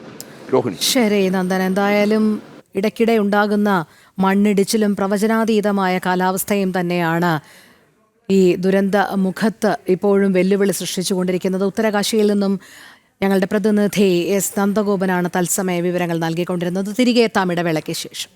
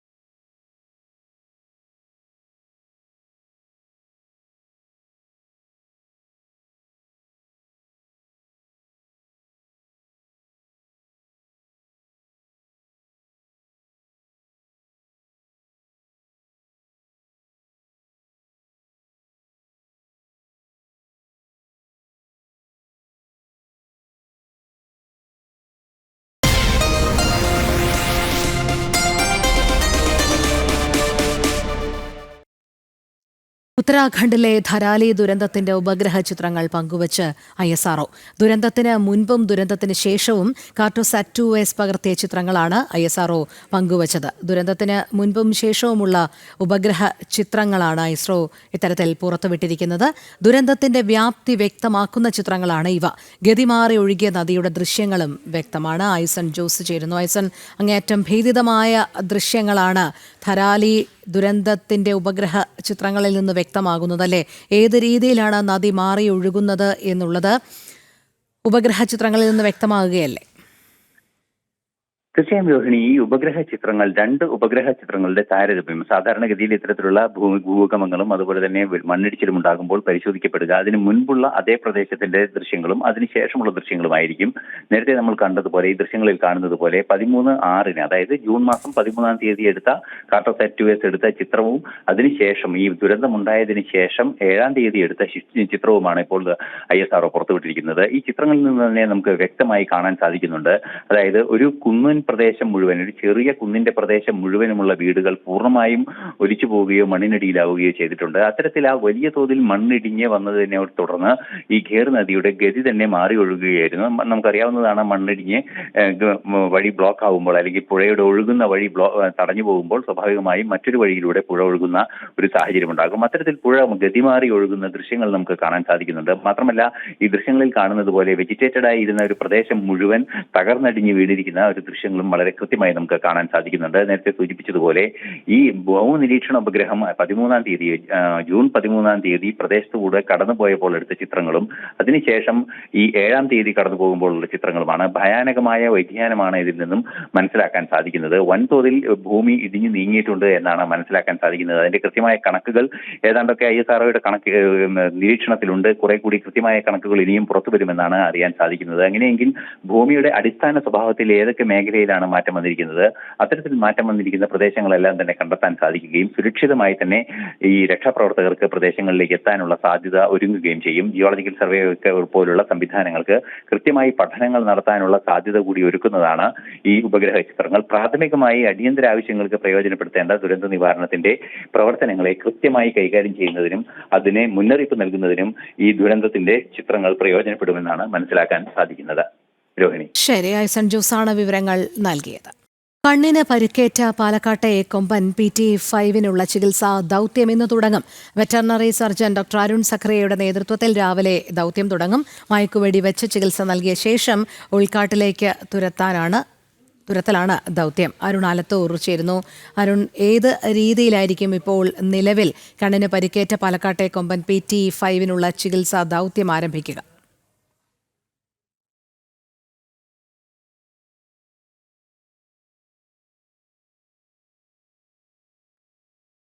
കണ്ണിന് പരിക്കേറ്റ പാലക്കാട്ടെ കൊമ്പൻ PT5 ചികിത്സാ ദൗത്യം ഇന്ന് തുടങ്ങുകയാണ്. വെറ്ററിനറി സർജൻ ഡോക്ടർ അരുൺ സഖറിയയുടെ നേതൃത്വത്തിൽ രാവിലെ ദൗത്യം തുടങ്ങും. മയക്കുവെടി വച്ച് ചികിത്സ നൽകിയ ശേഷമായിരിക്കും പിന്നീട് ഉൾക്കാട്ടിലേക്ക് പോകുക. എന്തായാലും കണ്ണിന് പരിക്കേറ്റ PT5 ചികിത്സിക്കുക എന്നുള്ളത് പ്രഥമമായ ദൗത്യം തന്നെയാണ് വനപാലകരായി കാണുന്നത്. അതിനായുള്ള ദൗത്യം ഇന്ന് ആരംഭിക്കുമ്പോൾ അത് ഏത് രീതിയിലായിരിക്കുമെന്നുള്ളത് തന്നെയാണ് നോക്കിക്കാണേണ്ടത്. കാരണം ഡോക്ടർ അരുൺ സഖറിയ എത്തണം. അദ്ദേഹത്തിൻ്റെ നേതൃത്വത്തിൽ തന്നെ രാവിലെ ദൗത്യം തുടങ്ങും. ആദ്യം മയക്കുവെടി വയ്ക്കുക എന്നുള്ളതാണ്. അതിന് അനുയോജ്യമായ ഒരു സാഹചര്യം സൃഷ്ടിച്ചെടുക്കേണ്ടതുണ്ട്.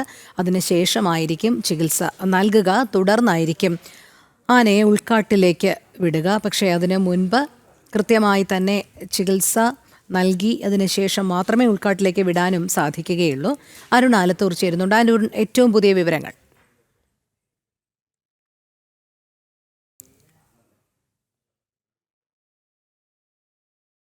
മലമ്പുഴ തുടങ്ങിയ മേഖലകളിലൊക്കെ വലിയ രീതിയിൽ ജനങ്ങൾക്ക് പ്രയാസം സൃഷ്ടിച്ചുകൊണ്ടിരുന്ന PT5 എന്ന കൊമ്പൻ, ആ കൊമ്പനെ കണ്ണിന് കാഴ്ച പരിമിതിയുണ്ട് എന്നുള്ളത് നമ്മൾ ജനം TV ആദ്യം റിപ്പോർട്ട് ചെയ്തിരുന്നു. ഏതായാലും അതിനുശേഷം നാട്ടുകാരുടെ ഭാഗത്തു നിന്ന് മറ്റുമൊക്കെ വലിയ രീതിയിലുള്ളൊരാവശ്യമായി ഉയർന്നത് ഈ ആനയെ എത്രയും പെട്ടെന്ന് പിടികൂടി അതിന് ചികിത്സ നൽകണം എന്നുള്ളതാണ്. വനംവകുപ്പിനെ സംബന്ധിച്ചിടത്തോളം കഴിഞ്ഞ ഒരു മാസമായി ഈ ആനയെ നിരീക്ഷിച്ച് വരികയായിരുന്നു. ഇതിനെ പഴങ്ങളിലും മറ്റുമൊക്കെ മരുന്ന് നൽകി അതിന് മുന്നിൽ വെച്ചുകൊണ്ട് ചികിത്സയ്ക്കുള്ള നീക്കങ്ങൾ അല്ലെങ്കിൽ ചികിത്സ നൽകാനുള്ള ശ്രമങ്ങൾ വനംവകുപ്പ് നടത്തിയിരുന്നു. പക്ഷേ ആ ശ്രമങ്ങളൊന്നും ഫലവത്താവാത്ത സാഹചര്യത്തിലാണ് ഇപ്പോൾ ആനയെ മയക്കുവെടിവെച്ച് പിടികൂടിക്കൊണ്ട് അതിന് ചികിത്സ നൽകാൻ വേണ്ടി ഒരുങ്ങുന്നത്. ഏതായാലും ഇപ്പോൾ ഈ ആനയെ ചികിത്സയ്ക്ക് നൽകുന്നതിൻ്റെ ആ ദൗത്യം ഇന്നിപ്പോൾ ആരംഭിക്കാൻ പോവുകയാണ്. എൻ്റെ പുറകിൽ 2 കുങ്കിയാനകളെ നമുക്ക് കാണാൻ സാധിക്കും. വിക്രം, ഭരത് എന്നീ 2 കുങ്കിയാനകളാണ് ഇവിടെ വയനാട്ടിൽ നിന്നും ഈ ദൗത്യത്തിനായിട്ട് എത്തിച്ചിരിക്കുന്നത്. ഒപ്പം ഡോക്ടർ അരുൺ സക്രിയുടെ നേതൃത്വത്തിലുള്ള 15-അംഗ സംഘമാണ് ഈ PT5 എന്ന ആനയെ പിടികൂടുന്നതിന് വേണ്ടി വനം വകുപ്പിൻ്റെ 15-അംഗ സംഘമാണ് ഈ ആനയെ പിടികൂടുന്നതിന് വേണ്ടി ഇപ്പോൾ എല്ലാ തയ്യാറെടുപ്പുകളും പൂർത്തിയാക്കി കാട്ടിലേക്ക് തിരിക്കാൻ പോകുന്നത്. ഏതാനും നിമിഷങ്ങൾക്കകം തന്നെ ഇവിടെ നിന്നും ഉദ്യോഗസ്ഥ സംഘം കാട്ടിലേക്ക് തിരിക്കും. തുടർന്ന് ഈ ആനയെ പിടികൂടുന്ന ആ നടപടികളിലേക്ക് കടക്കും എന്നുള്ളതാണ്. മയക്കുവെടി വെച്ച് ആനയെ പിടികൂടുക എന്നുള്ളതാണ് വനം വകുപ്പ് ഉദ്ദേശിക്കുന്നത്. ഏതെങ്കിലും തരത്തിൽ ഈ ആനയ്ക്ക് കണ്ണിൻ്റെ എന്താണ് പ്രശ്നം എന്നുള്ള കാര്യങ്ങൾ കൃത്യമായിട്ട് മനസ്സിലാക്കുക, അതിനുശേഷം അതിന് വേണ്ട വിധത്തിലുള്ള ചികിത്സ നൽകുക എന്നുള്ളതാണ് വനം വകുപ്പ് ഉദ്ദേശിക്കുന്നത്. കണ്ണിൻ്റെ ഈ 2 കണ്ണിനും പ്രശ്നമുണ്ട് എന്നുള്ളതാണ് പ്രാഥമികമായിട്ട് വനം വകുപ്പ് ഇപ്പോൾ സ്ഥിരീകരിച്ചിരിക്കുന്നത്. അതേസമയം തന്നെ ഈ കണ്ണിൻ്റെ കാഴ്ച അത് എത്രത്തോളം ഗുരുതരമാണ് എന്നുള്ള കാര്യം പരിശോധിച്ചുകൊണ്ട് ആ പരിശോധന നടത്തി പിന്നീട് അതിന് വേണ്ട മറ്റ് മരുന്നും മറ്റും നൽകി കണ്ണിന് കാഴ്ച വീണ്ടെടുക്കുന്നതിന് വേണ്ടിയുള്ള ശ്രമങ്ങൾ നടത്തുമെന്നുള്ളതാണ്. അതേസമയം ഏതെങ്കിലും തരത്തിൽ ഈ ആനയ്ക്ക് കാഴ്ച വീണ്ടെടുത്ത് അതിനെ ഒന്നുകിൽ കാട്ടിൽ തുറന്നു വിടും, അല്ലെങ്കിൽ ഗുരുതരമായിട്ടുള്ള പ്രശ്നമുണ്ടെങ്കിൽ ബേസ് ക്യാമ്പിലേക്ക് മാറ്റുന്ന നടപടികളിലേക്ക് കടക്കും എന്നുള്ളതാണ് വനം വകുപ്പ് ഇപ്പോൾ പറയുന്നത്. ഏതായാലും ദൗത്യ സംഘം ഏതാനും നിമിഷങ്ങൾക്കകം തന്നെ കാട്ടിലേക്ക് തിരിക്കും എന്നുള്ളതാണ്. ഈ കഴിഞ്ഞ ഏതാനും ദിവസങ്ങളായിട്ട് തന്നെ വനം വകുപ്പ് ഈ ആനയെ ലൊക്കേറ്റ് ചെയ്തിട്ടുണ്ട്. ഈ കഞ്ചിക്കോട് മലമ്പുഴ റൂട്ടിലെ പന്നിമട ഭാഗത്താണ് ഈ ആന ഉള്ളത് എന്നുള്ളതാണ്. ആനയ്ക്ക് കാഴ്ചയ്ക്ക് പ്രശ്നമുള്ളത് കൊണ്ട് തന്നെ അത് കൂടുതൽ ദൂരത്തേക്ക് പോവുകയോ മറ്റോ ഒന്നും ചെയ്യുന്നില്ല. എപ്പോഴും ഒരു ഭാഗത്ത് തന്നെ നിലയുറപ്പിച്ചിരിക്കുന്ന ഒരു സാഹചര്യമാണുള്ളത്. മാത്രമല്ല ആനയുടെ മുൻവശത്തും പുറകുവശത്തുമായിട്ട് മുറിവുകൾ ഉൾപ്പെടെ കാണാൻ സാധിക്കുന്നുണ്ട് എന്നുള്ളതാണ് വനം വകുപ്പ് പറയുന്നത്. ഈ മുറിവുകൾ എന്നുള്ളത് ഒന്നുകിൽ മറ്റാനകൾ കുത്തിയതാവാം, അതല്ലെങ്കിൽ കണ്ണ് കാണാത്തത് കൊണ്ട് തന്നെ ഈ ആന മറ്റ് മരങ്ങളിലോ മറ്റൊക്കെ ഇടിച്ച് ഉണ്ടായതാവാം ഈ മുറിവുകൾ എന്നുള്ളതാണ് വനം വകുപ്പ് പറയുന്നത്. അതുകൊണ്ട് തന്നെ ആനയ്ക്ക് എത്രയും വേഗം ചികിത്സ നൽകണം എന്നുള്ളതാണ് മൃഗസ്നേഹികളായ ആളുകളും നാട്ടുകാരും ഒക്കെ ഉൾപ്പെടെ ആവശ്യമായിട്ട് ഉന്നയിച്ചിരുന്നത്. ഏതായാലും ആ ചികിത്സ നൽകുന്നതിന് വേണ്ടി മയക്കുവെടി വെച്ച് ആനയെ പിടികൂടുന്നതിന് വേണ്ടിയുള്ള ആ ദൗത്യത്തിലേക്കാണ് ഇപ്പോൾ വനം വകുപ്പ് കടക്കാൻ പോകുന്നത്. പാലക്കാടിനെ സംബന്ധിച്ചിടത്തോളം ഇത്തരത്തിലൊരു ആനയെ പിടികൂടി അതിനെ ഇത്തരത്തിൽ മയക്കുവെടി വെച്ച് പിടികൂടുന്ന ഒരു 2ാമത്തെ ദൗത്യമാണിത് എന്നുള്ളതാണ്. നേരത്തെ നമുക്കറിയാം PT7 എന്ന പാലക്കാടിനെ ഏറെക്കാലം വലിയ രീതിയിൽ മുൾമുനയിൽ നിർത്തിയ ജനവാസ മേഖലയിൽ തുടർച്ചയായി എത്തി ആളുകളെ കൊലപ്പെടുത്തുക വരെ ചെയ്തിട്ടുള്ള കൊമ്പനെ വലിയ ശ്രമകരമായ ദൗത്യത്തിനൊടുവിൽ വനംവകുപ്പ് മുൻപ് പിടികൂടിയിരുന്നു. അങ്ങനെ 2023 ഈ PT7 എന്ന ആനയെ പിടികൂടുന്ന വലിയ ശ്രമകരമായ ദൗത്യം പാലക്കാട് നടന്നിരുന്നത്. ആ ദൗത്യത്തിന് ഒടുവിൽ അന്ന് ആ PT7 പിടികൂടി ധോണിയിലെ ക്യാമ്പിലേക്ക് മാറ്റുകയും അതിനെ മെരുക്കി അതിനെ ഒരു കുങ്കി ആനയാക്കി മാറ്റുകയും അതിന് ധോണി എന്ന് പേരിടുകയൊക്കെ ചെയ്തിരുന്നു. ഏതായാലും ഇപ്പോൾ ഈ PT5 എന്ന കൊമ്പൻ കഴിഞ്ഞ കുറേയേറെ കാലമായി തുടർച്ചയായിട്ട് ജനവാസ മേഖലയിലേക്ക് എത്തുന്നു. ആളുകളുടെ കൃഷിയും വീടുകളും മറ്റുമൊക്കെ നശിപ്പിക്കുന്നു. ഒപ്പം തന്നെ ഈ ആന കണ്ണിന് കാഴ്ചയില്ലാത്തത് കൊണ്ട് തന്നെ എപ്പോഴും ജനവാസ മേഖലയിൽ നിന്ന് പെട്ടെന്ന് കാടിലേക്ക് കയറിപ്പോവാത്ത ഒരു സ്ഥിതിയും ഉണ്ട് എന്നുള്ളതാണ്. അത് നാട്ടുകാർ ഉൾപ്പെടെ വലിയ പരാതിയായി പറയുകയായിരുന്നു. സാധാരണ കൊമ്പന്മാരൊക്കെ വനംവകുപ്പ് എത്തി പടക്കം പൊട്ടിച്ചു കഴിഞ്ഞാൽ പെട്ടെന്ന് തന്നെ കാട് കയറുന്ന സ്ഥിതി ഉണ്ടാവുമെങ്കിൽ PT5 അങ്ങനെയല്ല, അത് കാട് കയറാത്ത ഒരു സ്ഥിതിയാണ്. അത് വലിയ ആശങ്കയുണ്ടാക്കുന്ന കാര്യമാണെന്ന് നാട്ടുകാർ നിരന്തരം പരാതിപ്പെട്ടിരുന്നു. ഏതായാലും ആ നാട്ടുകാരുടെ പരാതിക്കൊക്കെ ഒടുവിലാണ് ഇപ്പോൾ ഈ വനംവകുപ്പ് ദൗത്യത്തിലേക്ക് കടക്കുന്നത്. ആനയെ പിടികൂടി അതിൻ്റെ കണ്ണിനെ കാഴ്ച വീണ്ടെടുത്ത് അതിനെ ഒന്നുകിൽ കാട്ടിലേക്ക് തിരിച്ചയക്കും, അതല്ലെങ്കിൽ അതിനെ ബേസ് ക്യാമ്പിലേക്ക് മാറ്റുന്ന മറ്റു നടപടികളിലേക്ക് വനംവകുപ്പ് കടക്കുമെന്നുള്ളതാണ് അറിയാൻ സാധിക്കുന്നത്. ഏതായാലും വനംവകുപ്പ് മന്ത്രി ഉൾപ്പെടെ പാലക്കാട് ഉണ്ട്. ഈ സാഹചര്യത്തിലാണ് ഇപ്പോൾ ഈ PT5 പിടികൂടി ചികിത്സ നൽകാനുള്ള ദൗത്യത്തിലേക്ക് വനംവകുപ്പ് കടക്കുന്നത്. ഡോക്ടർ അരുൺ സക്രിയുടെ നേതൃത്വത്തിലുള്ള 15-അംഗ സംഘം അല്പസമയത്തിനകം തന്നെ കാട്ടിലേക്ക് തിരിക്കും. ശരി അരുൺ, എന്തായാലും കണ്ണിന് പരിക്കേറ്റ PT5 മയക്കുവെടി വച്ച് പിടികൂടി ചികിത്സിക്കാനുള്ള ദൗത്യ സംഘത്തിന്റെ ഒരുക്കങ്ങളെല്ലാം ആരംഭിച്ചു കഴിഞ്ഞു. അതിന്റെ തത്സമയ ദൃശ്യങ്ങളും വിവരണങ്ങളുമാണ് അരുൺ ആലത്തൂർ നൽകിയത്. 59 പേരുടെ ജീവനെടുത്ത കവളപ്പാറ ദുരന്തം നടന്നിട്ട് ഇന്നേക്ക് 6 വർഷം. 2019 ഓഗസ്റ്റ് 8-നായിരുന്നു മലപ്പുറം ജില്ലയിലെ നിലമ്പൂരിലെ കവളപ്പാറയിൽ ഉരുൾപൊട്ടൽ ദുരന്തമുണ്ടായത്. ദുരന്തത്തിൽ ജീവൻ ബാക്കിയായവർക്ക് ഇന്നും പുനരധിവാസം പൂർത്തിയായിട്ടില്ല. ശിവദാസ് കന്മനം ചേരുന്നു. ശിവദാസ്, കവളപ്പാറ ദുരന്തം നടന്ന് ഇന്നേക്ക് 6 വർഷം പൂർത്തിയാകുകയാണ്. പക്ഷേ ഇപ്പോഴും ആ ദുരന്തത്തിന്റെ അവശേഷിപ്പുകാരായാൽ കുറച്ചു പേർ ബാക്കിയുണ്ട്. അവരുടെ ജീവിതത്തിൽ മറ്റൊന്നും സന്തോഷിക്കാനില്ല. അവരുടെ പുനരധിവാസം പോലും സർക്കാരിന്റെ ഭാഗത്തു നിന്ന് പൂർത്തിയായിട്ടില്ല എന്നുള്ളത് തന്നെയല്ലേ മനസ്സിലാക്കേണ്ടത്?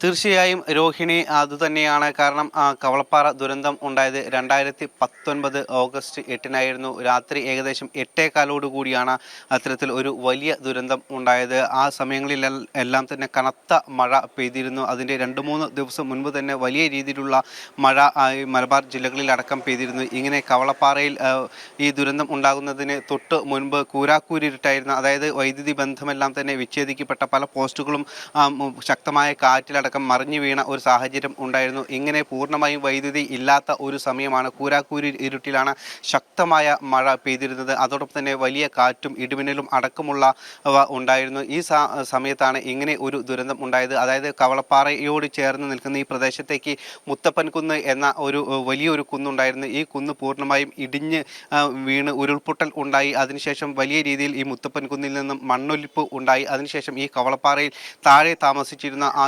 ആളുകളുടെ വീടുകളിലേക്കെല്ലാം തന്നെ ഇത് ഇരച്ചു വരികയായിരുന്നു. മലവെള്ളപ്പാച്ചിലും വലിയ വലിയ പാറക്കെട്ടുകളും മണ്ണുമെല്ലാം തന്നെ ഉരുണ്ട് താഴേക്ക് വരുന്ന ഒരു സാഹചര്യമാണ് ഉണ്ടായത്. അങ്ങനെ ഏകദേശം 45 വീടുകളാണ് മണ്ണിനടിയിലായത്. ഇരുനില വീടുകളടക്കം ഏകദേശം പൂർണ്ണമായും ഈ മണ്ണ് മൂടുന്ന ഒരു സാഹചര്യം ഉണ്ടായിരുന്നു. ഈ സമയത്ത് വീട്ടിൽ ഉണ്ടായിരുന്ന ഏകദേശം 59 പേരോളമാണ് മണ്ണിനടിയിലായത്, അവരുടെ ജീവൻ നഷ്ടമായത്. അന്ന് ഏകദേശം 20 ദിവസത്തോളം തിരച്ചിൽ നടത്തി.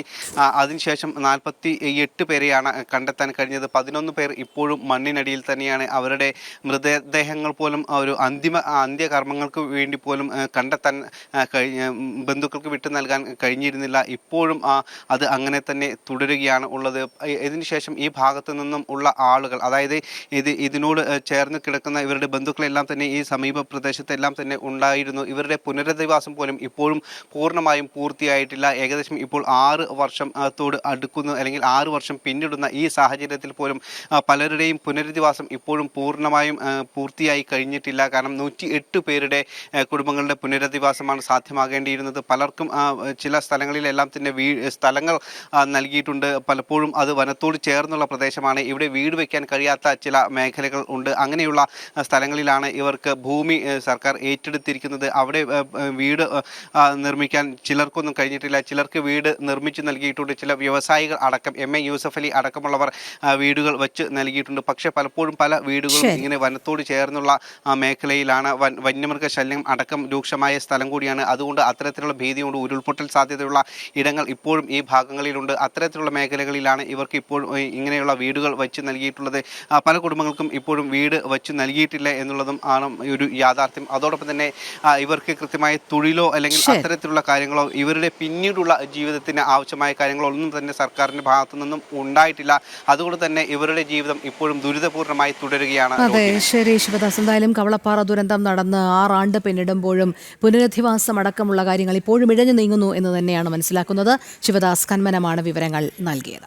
പ്രധാനമന്ത്രി ഗ്രാം സഡക് യോജന നടപ്പിലാക്കുന്നതിൽ സംസ്ഥാനത്ത് അലംഭാവം തുടരുന്നു. പദ്ധതി നടപ്പിലാക്കാൻ മാസങ്ങൾ മാത്രം ബാക്കിയുള്ളപ്പോഴും സംസ്ഥാന വിഹിതം അനുവദിക്കുന്നതിൽ പിശുക്ക് കാണിക്കുകയാണ് സർക്കാർ.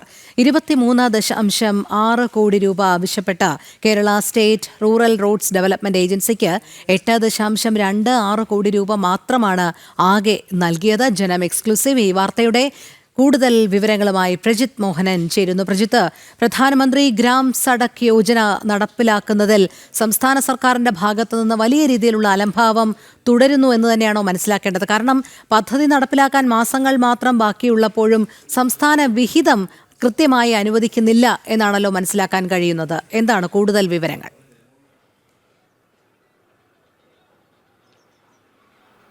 അങ്ങനെ തന്നെ പറയേണ്ടി വരും. കാരണം നമ്മൾ കഴിഞ്ഞ ദിവസം ഇത് സംബന്ധിച്ചൊരു വാർത്ത പുറത്തുവിട്ടതാണ്. പ്രധാനമന്ത്രി ഗ്രാം സഡക് യോജന പദ്ധതി പ്രകാരമുള്ള റോഡ് നിർമ്മാണത്തിൽ കേരളത്തിലുണ്ടാകുന്നത് വലിയ മെല്ലെപ്പൊക്കാണ് എന്നുള്ളതായിരുന്നു. കണക്കുകൾ സഹിതം പാർലമെന്റിൽ ലോക്സഭയിൽ കേന്ദ്ര സർക്കാർ നൽകിയ മറുപടി അടക്കമുള്ള വിവരങ്ങൾ സൂചിപ്പിച്ച് അതിന്റെ കണക്കുകൾ വെച്ച് നമ്മൾ വാർത്ത നൽകിയത്. 1421 കിലോമീറ്റർ റോഡ് നിർമ്മാണത്തിന് അനുമതി ലഭിച്ചിട്ടും അതിൽ 52% മാത്രമാണ് കേരളത്തിൽ ഇതുവരെയും പൂർത്തിയാക്കാനായത്. കഴിഞ്ഞ മാർച്ചിൽ ഈ പറയുന്ന രീതിയിൽ പൂർത്തിയാക്കേണ്ട പദ്ധതിയായിരുന്നു. അതാണ് ഇപ്പോഴും വൈകിക്കൊണ്ടിരിക്കുന്നത്. ഇതിനിടയിൽ കേന്ദ്ര സർക്കാർ ഈ പദ്ധതി തുടരാൻ, അതായത് 2025 മാർച്ച് എന്നുള്ളത് 2026 മാർച്ചിലേക്ക് അതിന്റെ കാലാവധി നീട്ടി നൽകുന്ന സാഹചര്യവും ഉണ്ടായി. എന്നിട്ട് കൂടി കേരളത്തിൽ ഈ പദ്ധതിയുമായി ബന്ധപ്പെട്ടുള്ള നടപടിക്രമങ്ങൾ ഇഴഞ്ഞു നീങ്ങുകയാണ്. പലയിടത്തും റോഡ് നിർമ്മാണമൊക്കെ പുരോഗമിക്കുന്നത് ഒച്ചടയുന്ന വേഗത്തിലാണ് എന്നുള്ളത് നമുക്ക് കൃത്യമായി പറയാൻ കഴിയും. അതിൻ്റെ മറ്റൊരു ഉദാഹരണം കൂടിയാണ് എങ്ങനെയാണ് ഇത്തരം പദ്ധതികളെ കേന്ദ്ര സഹായം കൃത്യമായി ലഭിക്കുമ്പോഴും ആ പദ്ധതികൾ കേരളത്തിൽ ഇഴഞ്ഞു നീങ്ങുന്നതും ഒടുവിൽ നടപ്പിലാകാതെ പോകുന്നതിനും എന്നൊക്കെ ഉള്ളതിൻ്റെ ഒരു തെളിവുകളിൽ ഒന്നുകൂടിയാണ് ഇപ്പോൾ ഈ പറയുന്ന രീതിയിൽ പണം അനുവദിക്കുന്ന കാര്യവും വരുന്നത്. ഗ്രാമീണ റോഡ് വികസന അതോറിറ്റിയുമായി ബന്ധപ്പെട്ട് നേരത്തെ തന്നെ ബജറ്റ് വിഹിതത്തിലടക്കം ഈ പറയുന്ന രീതിയിൽ തുക നിർദ്ദേശിക്കുകയും അല്ലെങ്കിൽ അത് വകയിരുത്തുകയും ഒക്കെ ചെയ്തതാണ്. പിന്നീട് ആ തുക അനുവദിക്കുന്നതിൽ സർക്കാരിൻ്റെ ഭാഗത്ത് നിന്ന് വലിയ കാലതാമസം ഉണ്ടാകുന്നു എന്നുള്ളൊരു സാഹചര്യം നിലനിന്നു. 23 കോടി രൂപയാണ് ആദ്യം ബജറ്റ് വിഹിതമായി അനുവദിക്കുന്നതും പിന്നീട് അത് പണം നൽകണമെന്ന് പലതവണ ഗ്രാമീണ റോഡ് വികസന അതോറിറ്റി ആവശ്യപ്പെടുന്ന ഒരു സാഹചര്യവും ഉണ്ടായിരുന്നു. പക്ഷേ അപ്പോഴൊന്നും ഈ പൈസ നൽകാൻ സർക്കാർ തയ്യാറായിട്ടില്ല. ഏറ്റവും ഒടുവിൽ ഏറ്റവും പുതിയ അപേക്ഷ പരിഗണിച്ചുകൊണ്ട് ഈ തുക സർക്കാർ നൽകുന്നത് ഏതാണ്ട് 8 കോടി രൂപ മാത്രമാണ്. അതായത് ആകെ ആവശ്യമുള്ളതിൻ്റെ 30% താഴെ തുക മാത്രമാണ് സർക്കാർ ഈ ഘട്ടത്തിൽ നൽകുന്നത് എന്നുള്ളതാണ്. കാലാവധി കഴിഞ്ഞൊരു പദ്ധതിയാണ്. പിന്നീട് കേന്ദ്രത്തിൻ്റെ ഒരു ഇടപെടൽ കൊണ്ട് അതിന് കാലാവധി നീട്ടി നൽകുകയായിരുന്നു. എന്നിരിക്കെയാണ് ഇത്തരത്തിൽ ആവശ്യപ്പെടുന്ന തുക പോലും കൃത്യസമയത്ത് നൽകാതെ ഈ പണം എന്ന് പറയുന്നത് ബജറ്റ് വിഹിതത്തിലുള്ള സംസ്ഥാന സർക്കാരിൻ്റെ ഈ പദ്ധതിയിലെ ഷെയറാണ്. ആ ഷെയർ പോലും കൃത്യസമയത്ത് നൽകാതെ കാലങ്ങൾ താമസിച്ച് കാത്തിരുന്ന് ചോദ്യങ്ങൾ ചോദിച്ച് അല്ലെങ്കിൽ പലവട്ടം അപേക്ഷകൾ അയച്ചതിന് ശേഷം മാത്രമാണ് സംസ്ഥാന സർക്കാർ കൈമാറുന്നത്. അത് കൈമാറുമ്പോഴും തുച്ഛമായ തുക മാത്രമാണ് ആകെ ആവശ്യമുള്ള തുകയിൽ നിന്ന് നൽകുന്നത് എന്നുള്ളൊരു പ്രശ്നം അവിടെ നിലനിൽക്കുന്നുണ്ട്. അങ്ങനെ കുറഞ്ഞ തുകയിൽ ആവശ്യത്തിന് നടപടിക്രമങ്ങളുമായി മുന്നോട്ട് പോകാൻ കഴിയാതെ വീണ്ടും അതിൽ കൃത്യമായി റോഡ് നിർമ്മാണം പൂർത്തീകരിക്കാൻ കഴിയാത്ത സാഹചര്യമൊക്കെ പലയിടത്തും ഉണ്ട് എന്നുള്ളതാണ് ഈ ഗ്രാമീണ മേഖലയിലെ റോഡ് നിർമ്മാണവുമായി ബന്ധപ്പെട്ട പ്രധാനമന്ത്രി ഗ്രാം സഡക് യോജനയുമായി ബന്ധപ്പെട്ട സംസ്ഥാനത്തിൻ്റെ ഒരു സവിശേഷമായ സാഹചര്യം. അതിൻ്റെ ഒരു ഏറ്റവും ശ്രദ്ധിക്കുന്ന തെളിവുകളൊന്നാണ് കൃത്യസമയത്ത് ഫണ്ടുകൾ നൽകാതെ, സംസ്ഥാന വിഹിതം പോലും കൃത്യസമയത്ത് നൽകാതെ സംസ്ഥാന സർക്കാർ കാണിക്കുന്ന ഈ ഉദാസീനത. അത് ആ പദ്ധതിയെ തന്നെ പിന്നോട്ടടിക്കുന്ന ഒരു സാഹചര്യമാണ് കേരളത്തിൽ സൃഷ്ടിക്കപ്പെടുന്നത്. രോഹിണി. ശരി, പ്രജിത് മോഹനനാണ് വിവരങ്ങൾ നൽകിയത്. തിരുവിതാംകൂർ ദേവസ്വം ബോർഡ് പ്രസിഡന്റിനെ ചൊല്ലി CPM-ൽ തർക്കം.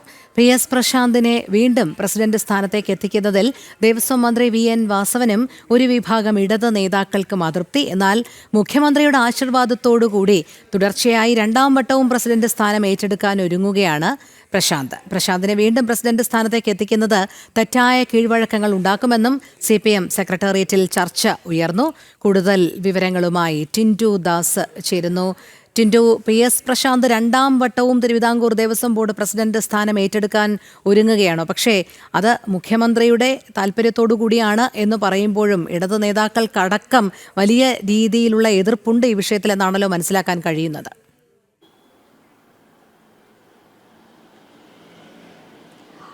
തീർച്ചയായിട്ടും രോഹിണി, അങ്ങനെ തന്നെയാണ്. P പ്രശാന്ത് 2ാം തവണയും ഇത്തരത്തിൽ ഒരു ദേവസ്വം ബോർഡിന്റെ പ്രസിഡന്റ് സ്ഥാനത്തേക്ക് എത്തുന്നതിൽ ഇടത് പാളയത്തിൽ വലിയ രീതിയിൽ അമർഷമുണ്ട് എന്ന് നമുക്ക് വാർത്തകളാണ് പുറത്തു വരുന്നത്. കഴിഞ്ഞ തവണ ചേർന്ന CPM സെക്രട്ടേറിയറ്റിൽ ഇതുമായി ബന്ധപ്പെട്ട ചർച്ച ഉയർന്നിരുന്നു. P പ്രശാന്തിനെ സംബന്ധിച്ചിടത്തോളം കോൺഗ്രസ് പാളയത്തിൽ നിന്നും കുതുകാലി വെട്ടിക്കൊണ്ട് ഇടതുപക്ഷത്തേക്ക് വരികയായിരുന്നു. ജില്ലയിലെ പ്രധാനപ്പെട്ട ഇടത് നേതാവിന്റെ സ്വാധീനം കൊണ്ട് ദേവസ്വം ബോർഡ് പ്രസിഡന്റ് സ്ഥാനത്തേക്ക് എത്തിയതായിരുന്നു P പ്രശാന്ത്. കാരണം P പ്രശാന്ത് എത്തിയ ദേവസ്വം ബോർഡ് പ്രസിഡന്റിന്റെ സ്ഥാനത്തേക്ക് എത്താനായിട്ട് നിരവധി ഇടത് നേതാക്കന്മാർ അല്ലെങ്കിൽ പ്രമുഖരായിട്ടുള്ള ഇടത് നേതാക്കന്മാർ കുപ്പായം ധരിച്ച് വഹിച്ചിരിക്കുന്ന സമയത്താണ് ഇത്തരത്തിൽ P പ്രശാന്ത് ഈ ദേവസ്വം ബോർഡ് പ്രസിഡന്റ് സ്ഥാനത്തേക്ക് വരുന്നത്. നെടുമങ്ങാട് CPI സ്ഥാനാർത്ഥി GR അനിലിനെതിരെ മത്സരിക്കുകയും അത് വലിയ രീതിയിലുള്ള അമർഷങ്ങൾ ഉണ്ടാക്കുകയൊക്കെ ചെയ്ത ഘട്ടത്തിൽ കൂടിയാണ്, ആ ഒരു കാലഘട്ടത്തിൽ കൂടിയാണ് P പ്രശാന്ത് ഈ CPM-ലേക്ക് കോൺഗ്രസിന്റെ കാലുവെട്ടി വരികയും പിന്നീട് ദേവസ്വം ബോർഡ് പ്രസിഡന്റ് സ്ഥാനത്തേക്ക് എത്തുകയും ചെയ്തത്. ഈ ദേവസ്വം ബോർഡ് പ്രസിഡന്റ് സ്ഥാനത്തെത്തിയ ശേഷം P പ്രശാന്ത് വൺ മാൻ ഷോയാണ് കാണിക്കുന്നത്. പല ഘട്ടത്തിൽ ചർച്ച ഈ CPM സെക്രട്ടേറിയറ്റ് ഉൾപ്പെടെ ചർച്ച ഉയർന്നതാണ്. പല പ്രവർത്തനങ്ങളും, ഒരുപക്ഷെ ശബരിമല പ്രവർത്തനങ്ങളും അതോടൊപ്പം തന്നെ മറ്റ് ക്ഷേത്രങ്ങളിലെ പ്രവർത്തനങ്ങളുമൊക്കെ P പ്രശാന്ത് ഒരു വൺ മാൻ ഷോ എന്നോണം ഒരു മികച്ച പ്രകടനം കാഴ്ചവെക്കുകയും അത് സോഷ്യൽ മീഡിയ വഴി പ്രധാനപ്പെട്ട CPM നേതാക്കളുടെ അടുത്തേക്ക്, അതായത് ഒരു പവർ ഗ്രൂപ്പായിട്ടുള്ള അല്ലെങ്കിൽ അധികാര കേന്ദ്രങ്ങളുള്ള അധികാരങ്ങളുള്ള ഡിസിഷൻ മേക്കേഴ്സ് ആയിട്ടുള്ള CPM നേതാക്കളുടെ അടുത്തേക്ക് ഈ മീഡിയ വഴി ഇത്തരത്തിലുള്ള പ്രൊപ്പഗാൻഡ കൊണ്ടെത്തിക്കാനും ഒന്നും മടിച്ചില്ലായിരുന്നു. അതാണ് ഒരുപക്ഷെ അത് പി പ്രശാന്തിനെ വൺമാൻ ഷോ ആയിട്ടും അതോടൊപ്പം തന്നെ ഒരു കൂട്ടം ഇടത് യൂണിയനിൽപ്പെട്ട ജീവനക്കാർക്കും പി പ്രശാന്തിനെതിരെ ഒരു അമർഷമൊക്കെ നിലനിൽക്കുന്നുണ്ട്. പിന്നീട് മറ്റൊരു പ്രധാനപ്പെട്ട കാര്യം NSSന്റെ പിന്തുണ ഇതിനോടകം തന്നെ പി പ്രശാന്ത് നേടിക്കഴിഞ്ഞു. അതും ഒരുപക്ഷെ രണ്ടാം ഘട്ടത്തിലേക്ക് പി പ്രശാന്തിന്റെ കാലാവധി അല്ലെങ്കിൽ പി പ്രശാന്ത് രണ്ടാം ഘട്ടത്തിലേക്ക് വരുന്നത് ഒരു കാരണമാകും. നമുക്കറിയാം കെ അനന്തഗോപനും വി വാസുവും അതോടൊപ്പം തന്നെ പത്മകുമാറും ഒക്കെ ദേവസ്വം ബോർഡ് പ്രസിഡന്റ് സ്ഥാനത്ത് ഉണ്ടായിരുന്നത് 2 വർഷമാണ്. മുൻകാലങ്ങൾ അതായത് ഒന്നാം പിണറായി സർക്കാർ വരുന്നതിന് മുന്നേ തന്നെ ദേവസ്വം ബോർഡ് പ്രസിഡന്റ് കാലാവധി 3 വർഷമായിരുന്നു. പിന്നീട് 2 വർഷമായിട്ട് കോവിഡ് കാലം പിന്നീട് 2 വർഷമായിട്ട് വെട്ടിക്കുറയ്ക്കുകയായിരുന്നു. ഈ പത്മകുമാറും അതോടൊപ്പം തന്നെ വി വാസു എന്ന് പറയുന്നത് മുഖ്യമന്ത്രി പിണറായി വിജയന്റെ ഏറ്റവും അടുത്ത നേതാവും അതോടൊപ്പം തന്നെ ദേവസ്വം ബോർഡ് പ്രസിഡന്റുമായിരുന്നു. പക്ഷേ അദ്ദേഹത്തിന് പോലും 3ാം സ്ഥാനം നൽകുന്ന അല്ലെങ്കിൽ മൂന്നാമതൊരു അല്ലെങ്കിൽ 2ാം സ്ഥാനം നൽകുന്നത് അല്ലെങ്കിൽ 2 വർഷം എന്നത് 3 വർഷത്തേക്ക് വർദ്ധിപ്പിച്ചു കൊടുക്കുന്ന ഒരു സാഹചര്യം ഉണ്ടായിരുന്നില്ല. അതോടൊപ്പം തന്നെ കെ അനന്തഗോപനും ഒക്കെ കണ്ണിലുണ്ണിയായിരുന്നു. പക്ഷേ അവർക്കും ഈ 3 വർഷ കാലാവധി നൽകിയിരുന്നില്ല.